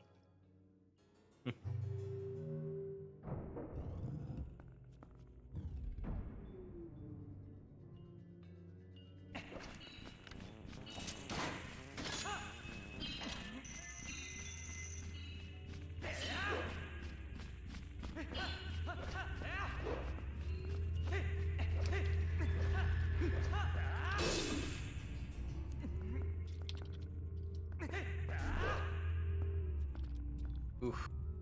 Adam getting a little close with that Zant head. Yep. That Zant head actually is a pain in the butt because its spawn is RNG, and as you need it 3 times and need to hit it 3 times, sometimes you really just get trolled by that. Lose a good 10 seconds because it's just awful. Like the combination of being on these platforms and having a random spawn and Zant heads being weird in general is just not good. Rie throw the boomerang to stun Shadow Beasts to get them in a proper position. Then you use the Force Transform to have them right in your perfect position. It's just the fastest way to do it. And that's not good! Oh, he actually saved it. That bird was out for blood.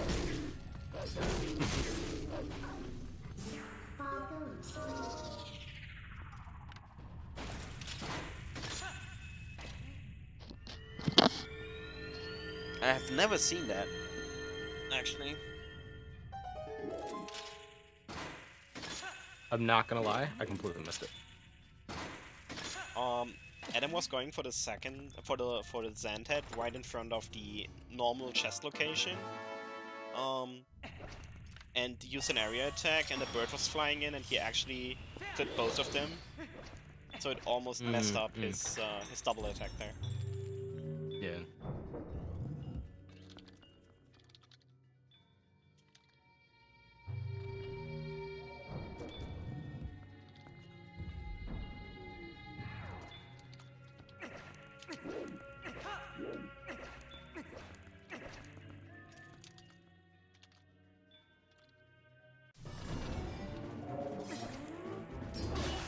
Alright, second phase of the Phantom Zand fight.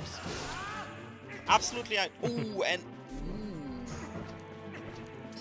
actually I believe Adam can fix this.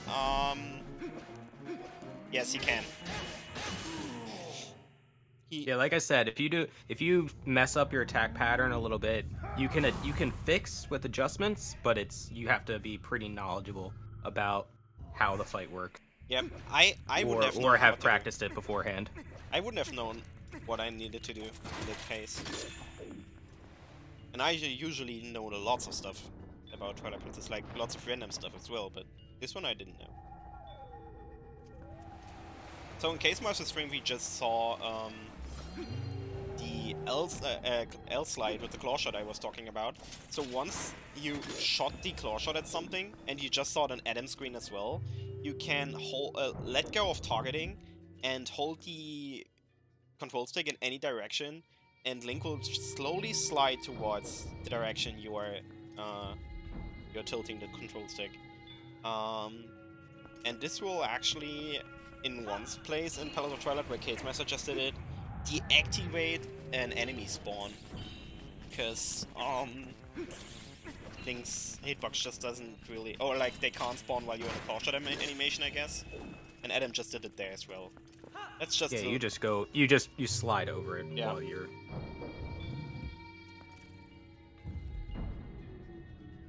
That's... Zaf did the same thing.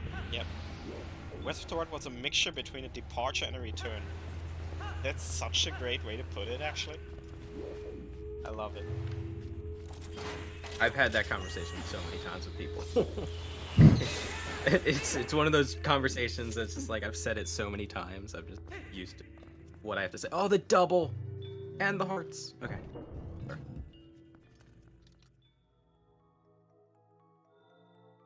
So in Palace, going into the second half, which Adam's gonna be doing here after he gets the butter sword, it's pretty easy to take damage, unfortunately.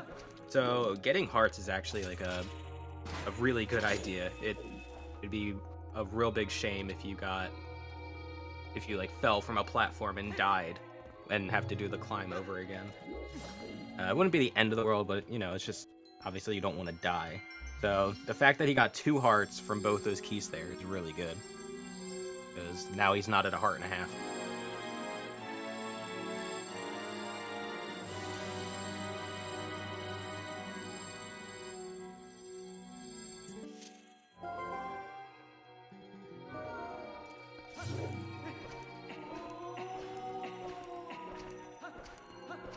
Saf getting trolled by the keys.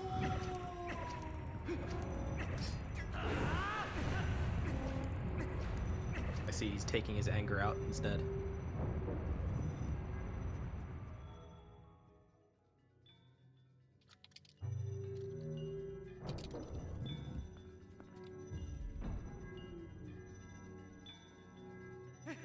I will be right back. I quickly need to fix something on the second screen. Have fun. Good luck.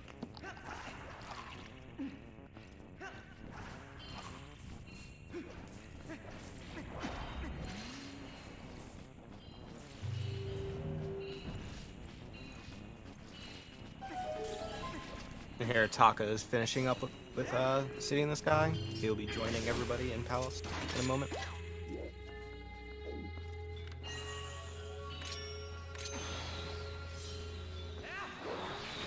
Here, Adam will be doing some OGA to get across the rooms. It's faster.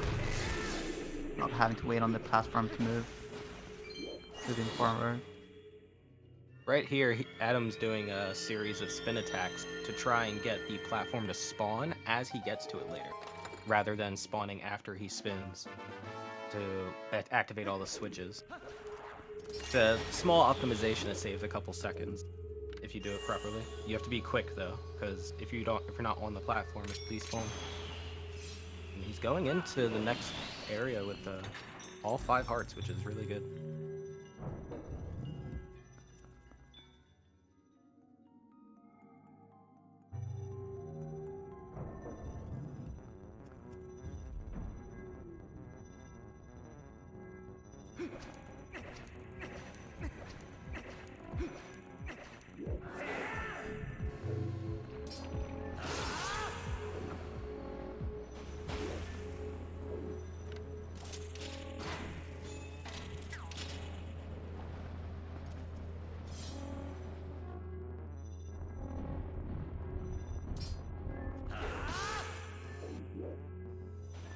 Alright, I'm back. Sorry for that.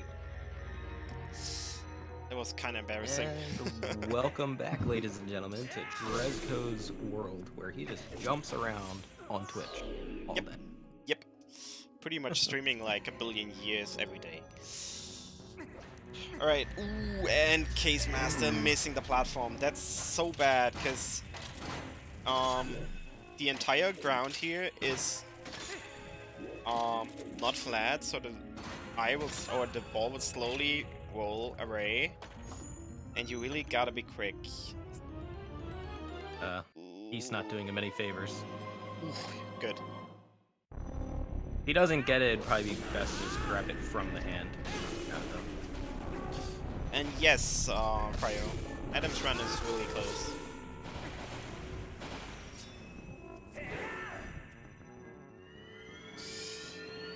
But yeah, this room. How's it going for Hornlets? Oh yeah, let's actually check out on Hornlets again. So how far apart are Zeph and Case Master right now? They're still really close together, right? Yeah.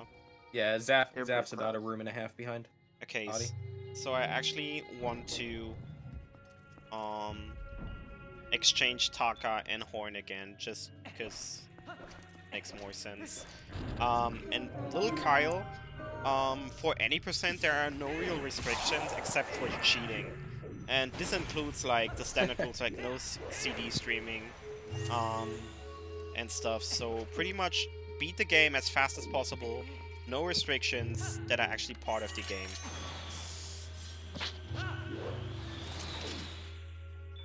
And right here, Adam is doing one of the more complicated rooms in the entire game, which is the one with the early platform cycle. So you need to get on top of this room. And if you do it correctly with the with precise movement, you can actually make a 12-second faster platform cycle than intended. So if you use a few LJAs and really are fast on your general movement, you will make this platform that Adam just saw here without a big problem. And Adam even has to wait because he was so fast. That was quite a showing.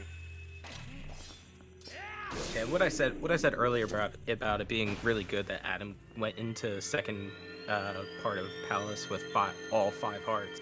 That this room is the big one there, because if you see, he's all the way down to 2 hearts again. So if he were to fall at any point, that would be game over, and he'd have to start over the room from the from Link spawning in again.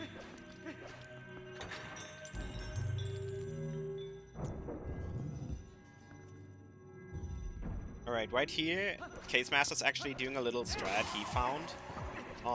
Where if you just light up the 3 torches for the platform before the small key spawns, they will still be lit after you turn around. And it's just such a small time saver, but it's really useful. And these small things are what make the Palace of Twilight the Palace of Twilight.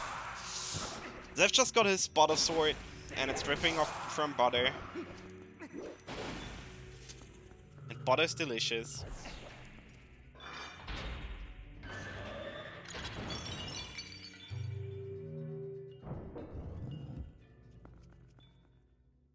And Adam is going into the Zan fight. Many people consider the Zan fight the actual end boss fight of Twilight Princess, just because it's a much better and more interesting fight than the Ganon fight is. But yeah, it's not. I mean, to be fair, most of the Ganon fights in Zelda games aren't very interesting compared to the fights before it. Yeah, that's in true. my opinion. That's true.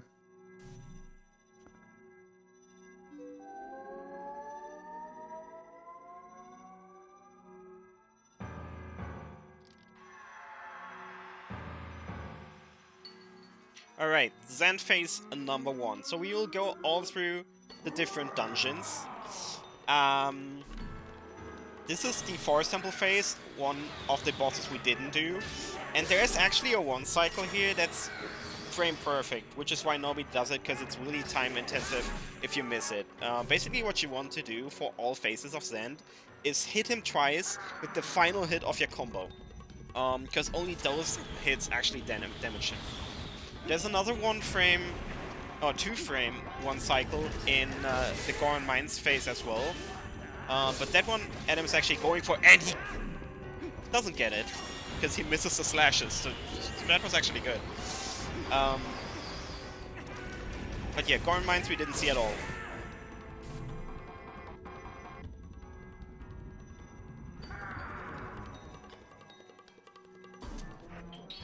Now we are in the Morphiel phase, or the Lakebed Temple phase. And that one we actually did too. So we still don't have the Zora armor. Yes, we don't. So we still need to do the Water Bombs trick again. But first we hit Zend. And to have more air left, we do the fastest possible 4-slash combo, which is right, left, up, and down, which is the fastest way to slash. Just animation-wise, because Link is not using as much time to do weird slashes. It's actually really interesting to get the first air refill. You can do like a Peach air refill right before Zant spawns to make sure you have full air for that. But to get the air refill right after the first combo, you actually only have like maybe a second to do it. If you hit it too fast, you'll rocket Link to the top, and if you hit it too slow, you'll game over and have to start over from this phase. Yep. And that's with the fast combo. Yeah, it's a really close fight, which is why many people, after having a little trouble with Morphiel, especially struggle with this phase of the Zen fight.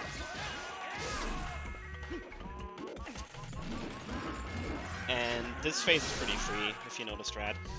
So yeah, Chris Crash, we actually do know why the water bombs refill air. I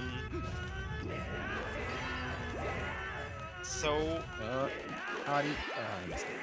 Oh yeah, Audi missing early platform. So this is, by the way, just before I explain it, this is the only reason why we get to Snow Peak and why we actually get the Barrel and Chain. Because you cannot, there's like really no way to finish this phase without the Ball and Chain. And it sucks.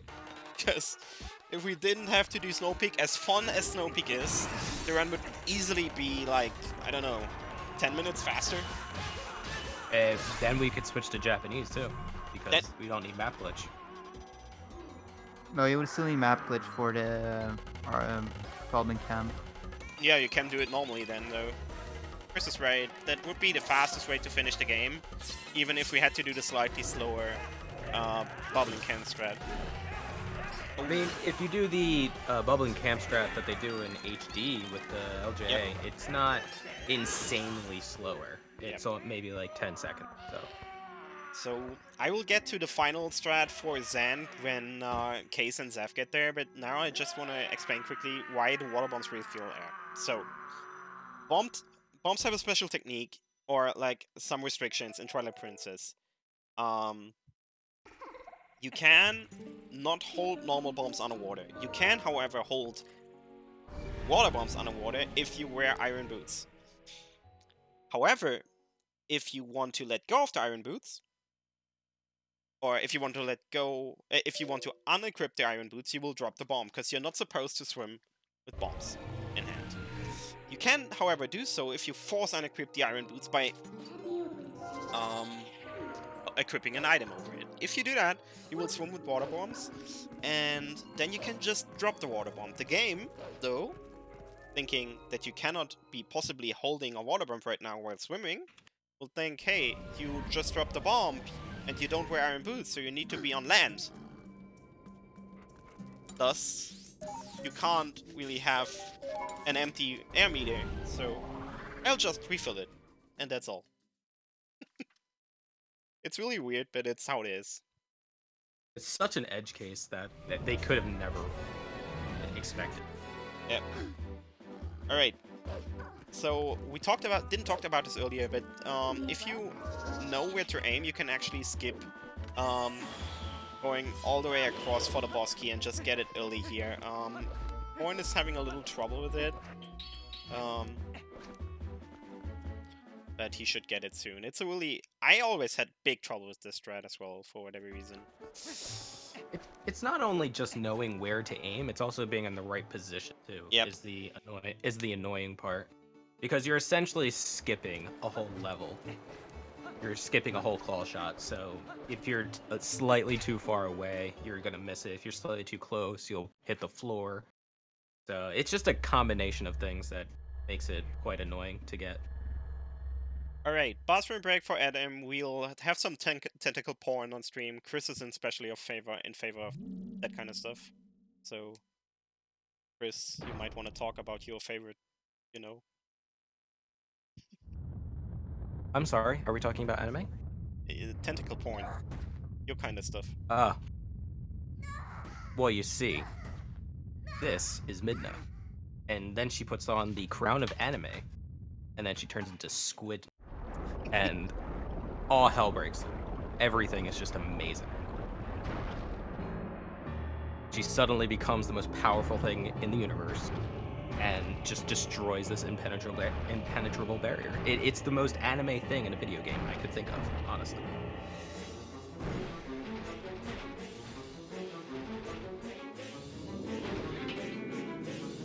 But yeah, Midna just used the ancient weapon to rip apart this barrier, and we can get into Hyrule Castle. Also, since... Yeah, go ahead. I was gonna say, I think the funniest part about this is that she has all the pieces of the few shadows. Where did she get those? Oh yeah, true. We only did one. Yep. Hey. I mean, there's two on her head, but where did she get the other three? So. Magic.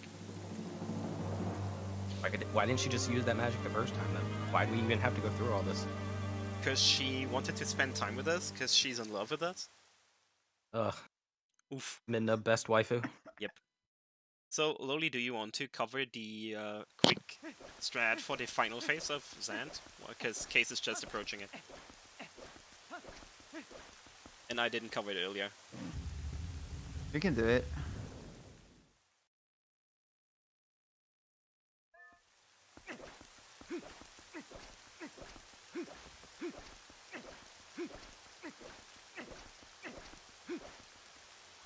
Alright, Adam getting past this first section, the first barrier, by just letting the bomb explode over his head and everyone will die. And go ahead, now, final phase. Zand, do it, now! So, the final phase of Sun is just the same as the other, except for we'll be swinging the sword in the air and hit the last combo. Last swing. It's like, they'll spawn behind you. First respawn, then he'll do a spin.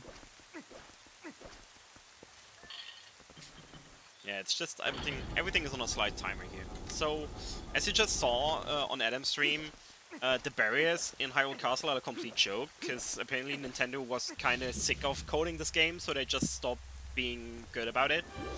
And you can just get past immediately. So this King Boblin 4 fight is the final fight against King Boblin, and he is actually so sick of fighting us, Adam, he evade the attack.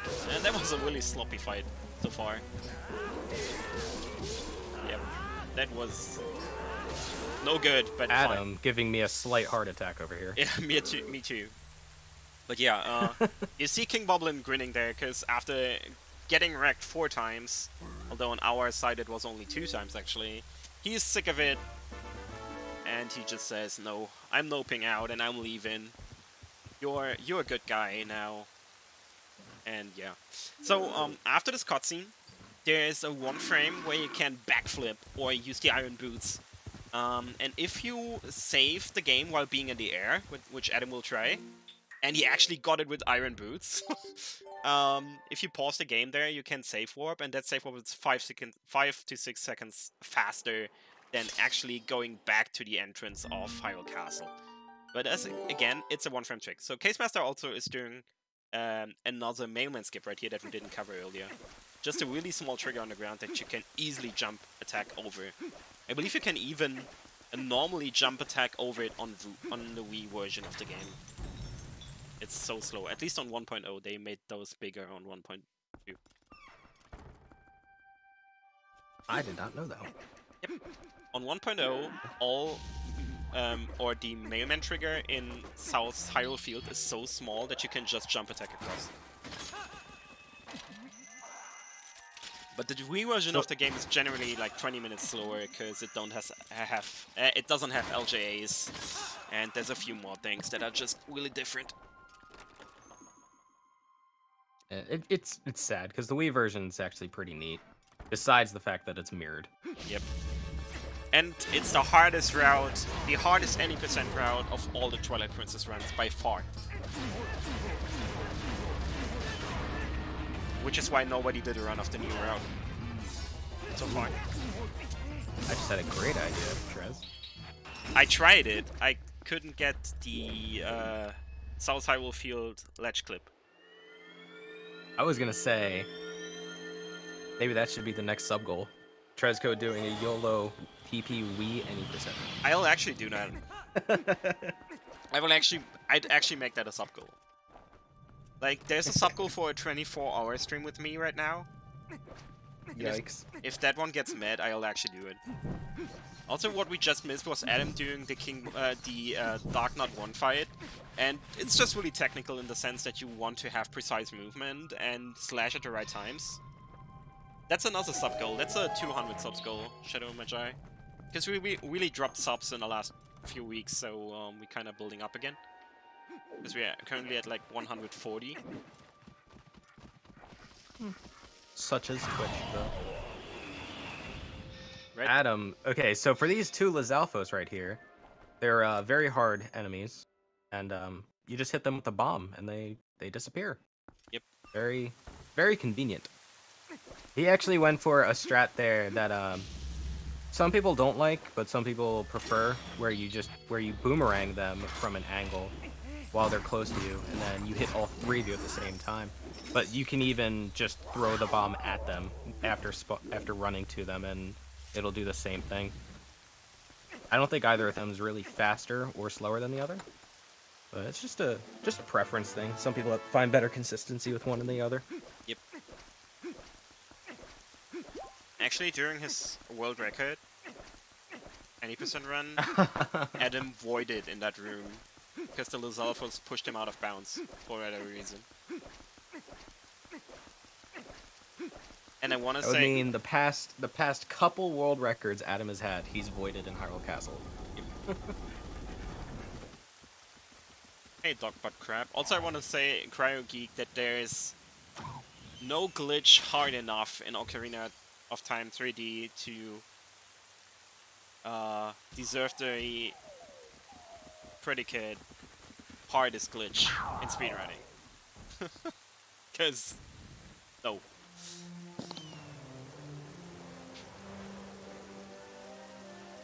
I'm curious how Taka's doing over there. Yep, me too. How far behind he is. So, we will actually swap again. Again, I'm sorry that Taka and Horn are currently the 2 being switched. Oh, but he's right there. Yep. It's interesting. We have Adam up here in the lead. Zaf and Adi are pretty close to each other. So it seems like it's a race between them two. And then Taka and Hornlets over here have their own little race going on. Yep. Why Alright. don't we just get Adam out of here? Just put Taka and Horn on. Yeah, no. Alright. Adam going in the final room before the Ganon fight here. This is the locker room where you just can jump across if you know where to go. Don't have to worry with all that shit.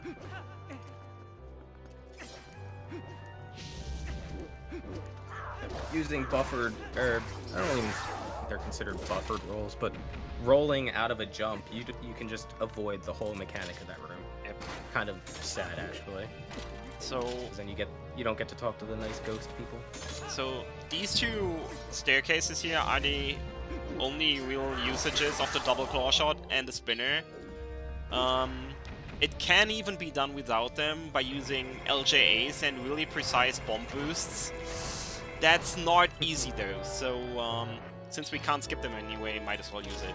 Here we find shoutouts to the F, the Darknet 2 skip, which is the simplest trick in existence, and it took us 10 years to find it.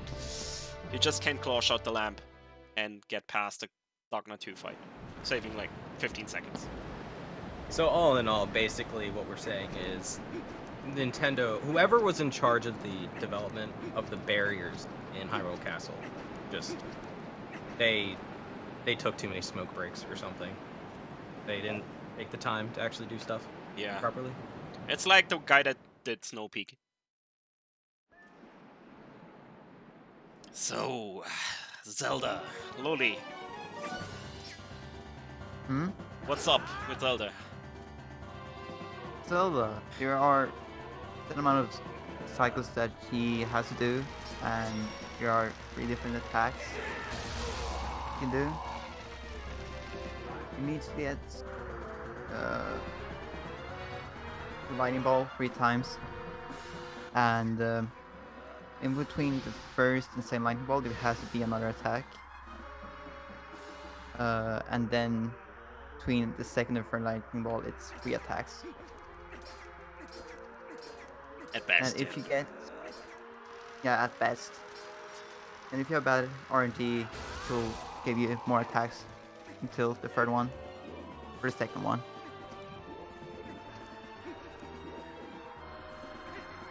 Also, so far, this was really, really good, Zelda.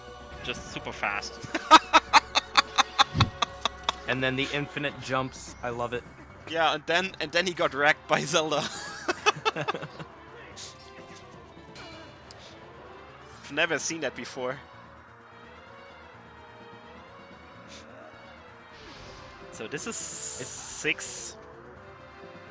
And in theory, this could be 7 now for perfect Zelda, pretty much. Although, the attacks where Zelda casts a triangle are kind of slow, so you want these attacks where she just dashes at you.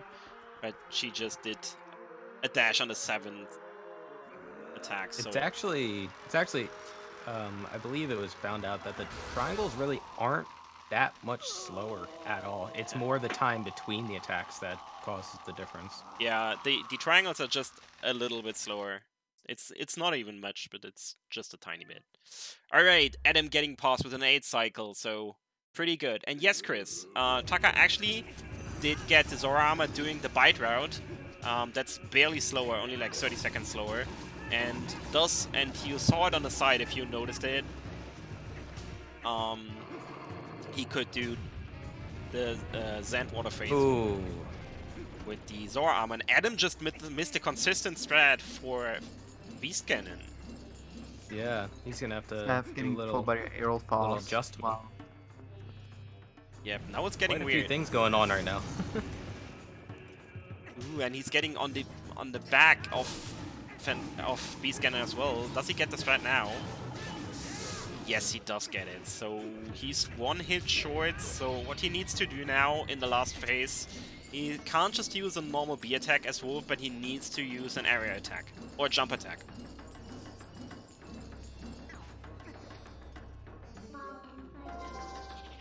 But yeah, there's a consistent recycle that we will explain when Case Master and Zeph get there, because that's usually nothing you miss on high level. Or at all.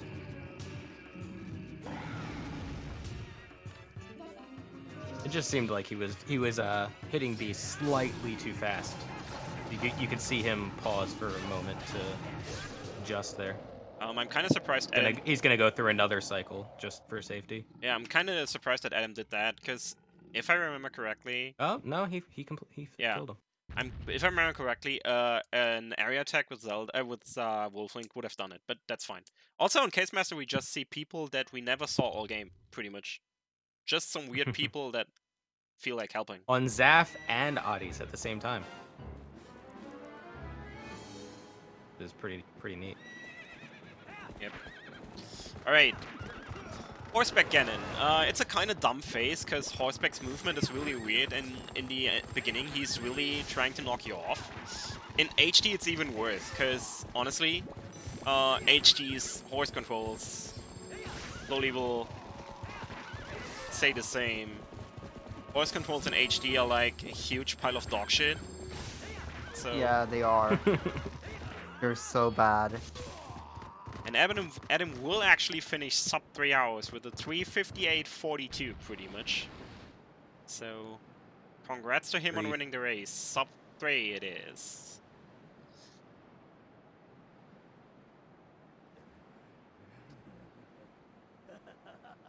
Lou can confirm too. Yeah, but that's partly due to the reason, Lou, that you just suck. Oh, wow. Ooh.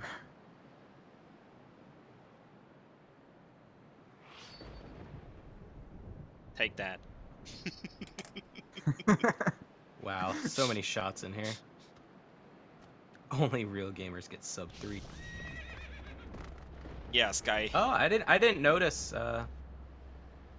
Adam actually he actually golded double claw shots. So he had a decent segment. That was such a good segment. Also, Adam does a little German-only glitch where if you keep the text boxes on, they will stay for the rest of the fight. And that's the easiest fight in the existence. 2:59.44, although Adam forgot to do that done. No, he did. 2:59.37 in the end is actually his time because of the delays. And that's GG. Congrats to Adam for finishing. Sub 3. I wanted to say sub 4. Oh my god. I hope he's finished sub 4.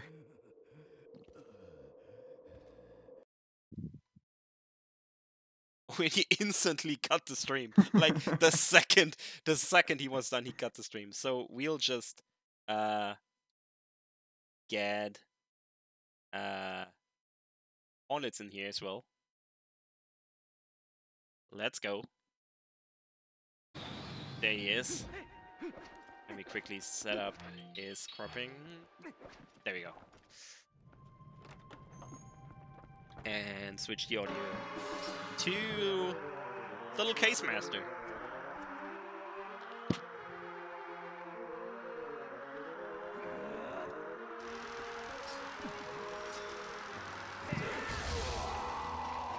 So unlike Adam, Zaf, and Adi, Taka over here has to do a slightly different strat to take care of the enemies in this first barrier because he does not have any more of them. You have to get them.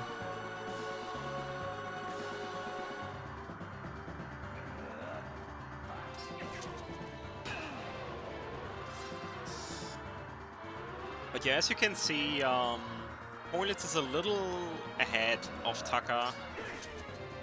Actually quite a bit, because he's the entire interior ahead.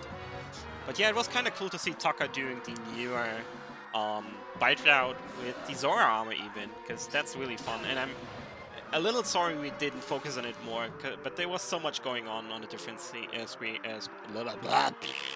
the different screens. Talking is hard. Yeah, talking is super hard, especially for 3 hours. Alright. Case getting a 7 cycle. Zeph did not get a 7 cycle. Got an 8 cycle, right? Yeah, I got an 8 cycle.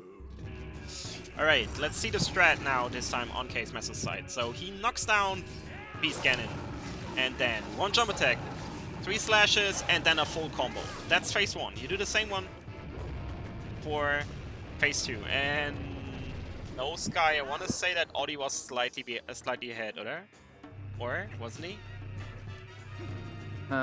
Case was a little bit Yeah, ahead. he was slightly ahead. Then he failed the barrier skip, the same barrier skip. They were like real tied. Zeph controlled by arrow fast.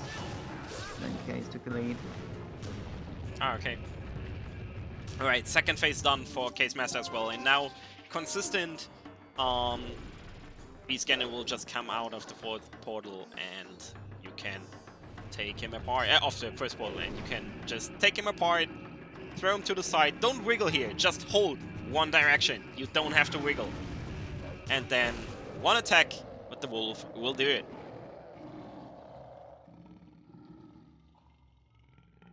Big key for Hornlitz, while Taka is now entering the Dark Knot 1 fight.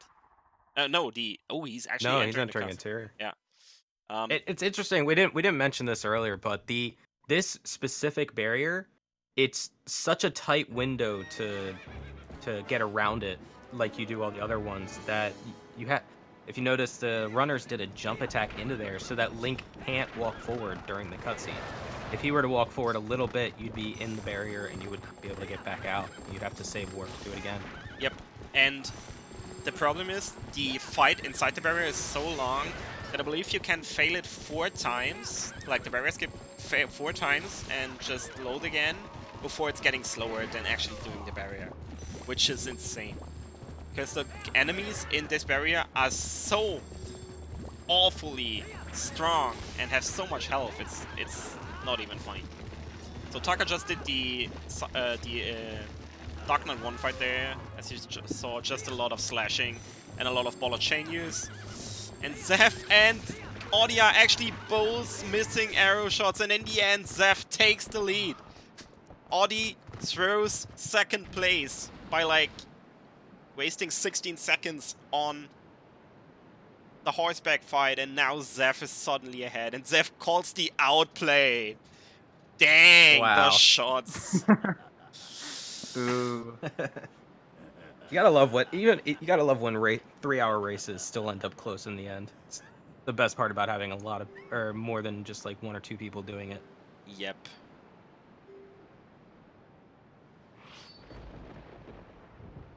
In before Zeph fails.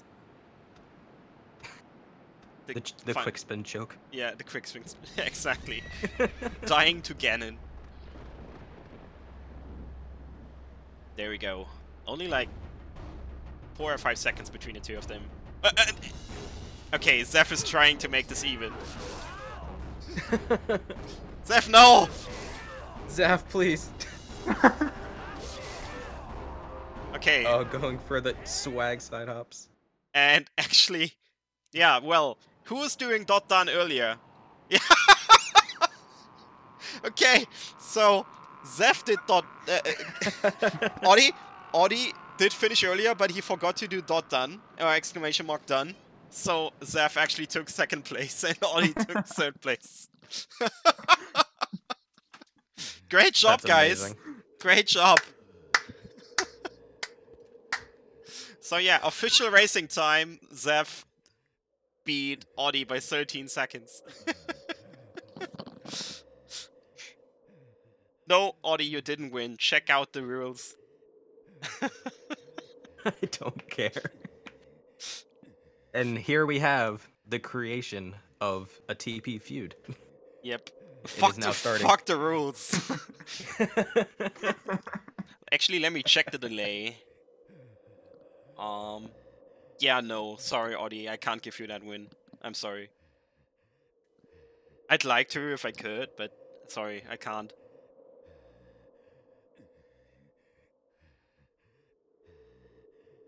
305.49 and 305.43. Amazing. Yeah.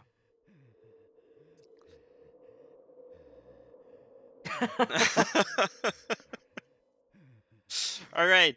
Wait, was this a money match? Did I miss something? Oh, really? I don't know. Somebody said something about owing somebody Oh, money. So did you bet I 100 can only krona that you'd win? guess. I won't watch the language. This is my channel. I can do whatever I want. Alright, let's switch to the final two, which are Horn and Taka, and switch to the two-player layout and check out what's going on here. So, give me a second to adjust the layouts, just because I really quickly need to do that. The best part about Horn and Taka is they're not too far apart. It's not really close enough that Horn would have to do something for Taka to catch up, but it's surprising after 3 hours that all 5 runners are going to end pretty much around the same time. Yeah, it's crazy. Almost never happens with long races like this. Especially not Twilight Princess, which is like really cool on runners. But yeah, Audi, I don't know. I mean, if I need to... if I look at Discord right now, it kind of says Zev finished in 2nd place with a time of 3:05.54. And then it says Case has finished in 3rd place with a time of 3:06.07. So I don't know. Looks clear to me. Or I don't know. I'm gonna have to play devil's advocate here and just say on stream, Adi's says 6 seconds faster. Well, no. Just no. Nah, it's fine. Everyone gets. Oh, actually, Legend of Zelda LF has the best idea. We need a rematch. Yeah, right now. Just go. We need a rematch right now to determine who gets the 100 krona. I'll actually make it a double and say the winner gets 200. Where's the other 100 coming from? I don't know. Damn it. I don't have to pay it, they do. Alright, Horn in horseback, so he is a little ahead of Taka. Well, okay, we'll do it on New Year's Day then, Audi. It's fine. Oh my god. Hornlet's finishing the horseback. We'll finish around 3:10.58, something like that. Maybe getting to sub 3:11. Also, yeah, next year memes are bad. Wow. Next year memes are only bad until next year. To be honest. So, while the final cutscene for Horn is going on, I want to give a big shout out to Lolicry doing commentary with me. I know I can talk quite a bit, and lots, and stuff, so it's hard to get past me on commentary. Especially if it's Twilight Princess, but I still appreciate you being here nonetheless. So yeah. Thank you for letting me be here. Also shoutouts to Chris who just came in without asking. Look, I'm an attention hog, okay? Oh yeah, I forgot. It's the only reason why I'm here. I like people knowing who I am. Also, why didn't you... On Twitch. Follow Chris Midnight on Twitch, yeah. And GG to Horn. Follow me on Twitch for one stream a week. Oh maybe, yeah. If you're lucky. in 720p 60 that looks like crap in comparison to 1080p 60. Nope, I'm skipping to 4K 45 FPS. Oh, that is the new meta. Sick. 4K, no, 48 FPS. I'm sorry. GG to Horn finishing with a 3:11.01. And now it's only Taka left, so let's cheer him on even more. Go Taka, go. Do it for us. But yeah, amazing race. If one of the racers wants to join us in here for like a quick comment or like a quick interview, please do join the rating room. I'll drag you in. I'd appreciate it, but if not, it's fine. I know my TP people, they're scared. They don't like talking.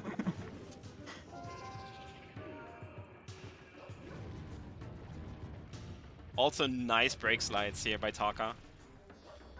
Taka is the king of break slides to run it. Like, Adam might have won the one in time, but Taka won in my heart because of the break slides. Yep, same. Well, Lou, you can do the interview if you play in the Breath of the Wild any % weekly next week.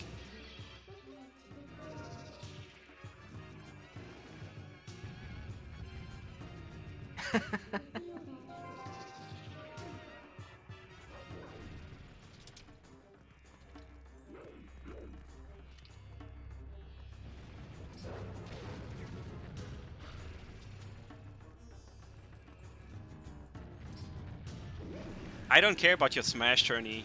Well, okay, I have never seen that before. Why don't you get wrecked by the barrier? That's crazy.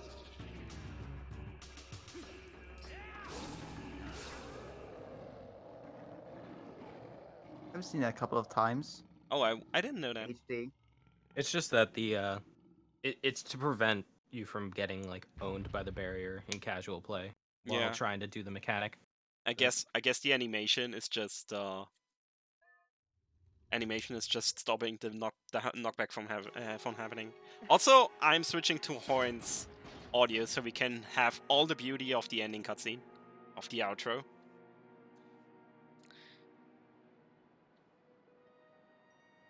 So since Mofat, now called Mokady, is dead, should I just do sexy Midna voice like he did back in the day? Oh, that's sexy Midna though. Yep. I will put her back in the closet after this race, though. Oh yeah, Sky has a point. You switched to Horn after we heard the Iron Boots. I'm sorry. Am I so beautiful that you've no words left? Oh god. That's an old meme. I still dig it. Shoutouts to Mofat Mokady. She actually brought me into Twilight Princess. It's why I'm here in the first place. I wouldn't have been here without her, so gotta give her a shoutout. Shoutouts to Taka, by the way. Yes, that's a good point. Shoutouts for Taka for doing the Zora Armor Bite Route showcase. You haven't seen that one in a race setting, I want to say. Even if we didn't get an Epona slide, because Taka has no honor. So yeah, screw you, Taka. Look, an Epona slide, but then if you fail it, you lose how much? If you fail it, you lose like 2 minutes. Yeah. I believe it's 2 minutes. You lose 100. GG! 3:15:15 in the end, so GG to Taka as well. Also, Horn, why is your audio crapping itself so heavily? Oof.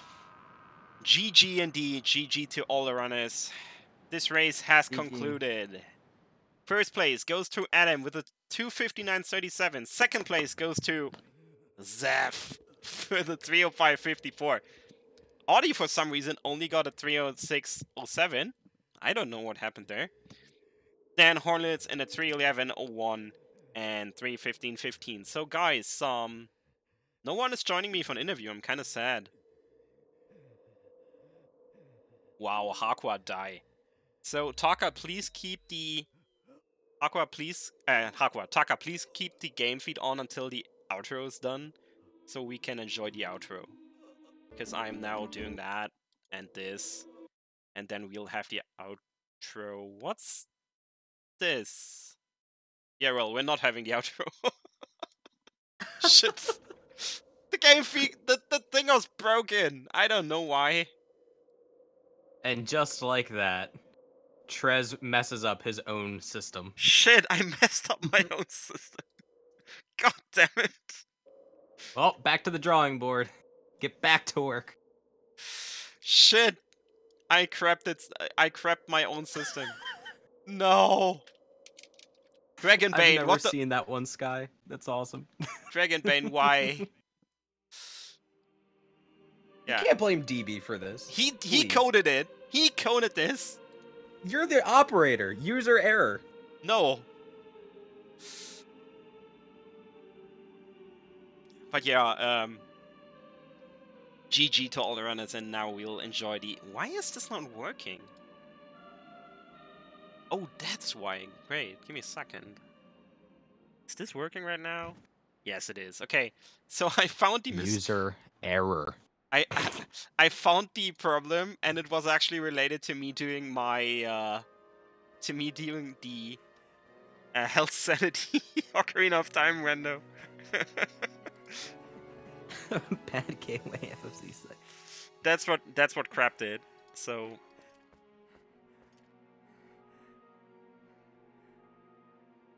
I will just quickly fix it. I'm sorry it took so long. Yeah, trust a professional streamer. You already should know that. The problem is if you have like a billion streams that you sometimes forget to fix stuff in between. Alright, here we go. So this is the final thing. I'm sorry. It's fixed now. So here's Midna. Hey Midna. What? Say something. I'm not doing it again. Chris, you do it. I don't know what the meme is. What? You don't? Wow. That's so bad. Are you even trying, Midnight? No, I don't try ever. Oh, yeah. I forgot. Alright, guys. Shoutouts again to all the runners. Shoutouts to Lolicry and Mid again. Next race will be no save and quit, I heard.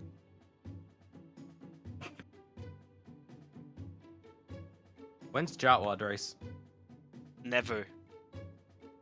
So next weekend? I mean, it wouldn't surprise me, since I said I'd never do all this stuff, and then I did it, so... Look, I'm gonna need you to come up with a 10-person layout just because of how short Jotwad is. No. How about no?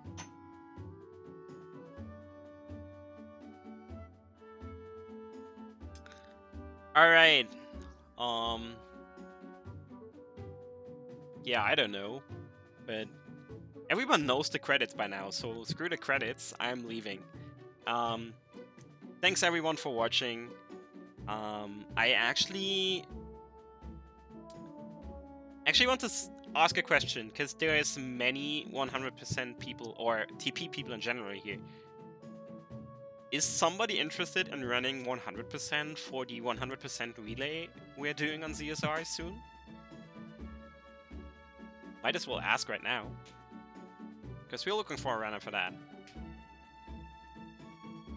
Because we are doing all the 3D Zeldas, Ocarina of Time, Majora's Mask, The Wind Waker, Twilight Princess, Skyward Sword, and Breath of the Wild 100% back to back. And it will take like a weekend, but it's fine. SD. That's gonna take more than just a weekend, please. Nah, it's about a weekend. Breath of the Wild is 24 hours, and then the rest is like a day, so... 24 hours on a good run, though. Yeah, it's Specs that's doing it, so... Yeah, I mean, I have faith in it, but... I still don't you have... never know. I still need somebody for MM as well, but I will hit up a few people. Alright! Everyone, it was a blast. Thanks for watching. I hope you'll be back on the next stream on ZSR, which will be tomorrow, actually. But there's more in stock for the New Year's. We have lots of plans for 2019. And I hope you'll be with us for all of it. Or at least for some of it. And if not, you suck. So, yeah, I don't care. Who are we hosting? Who are we hosting? Who are we hosting? There's nobody I want to host right now. You could host Gaming 3. Wait, who? Speed Gaming 3. Who? Speed Gaming 3? Yeah, right.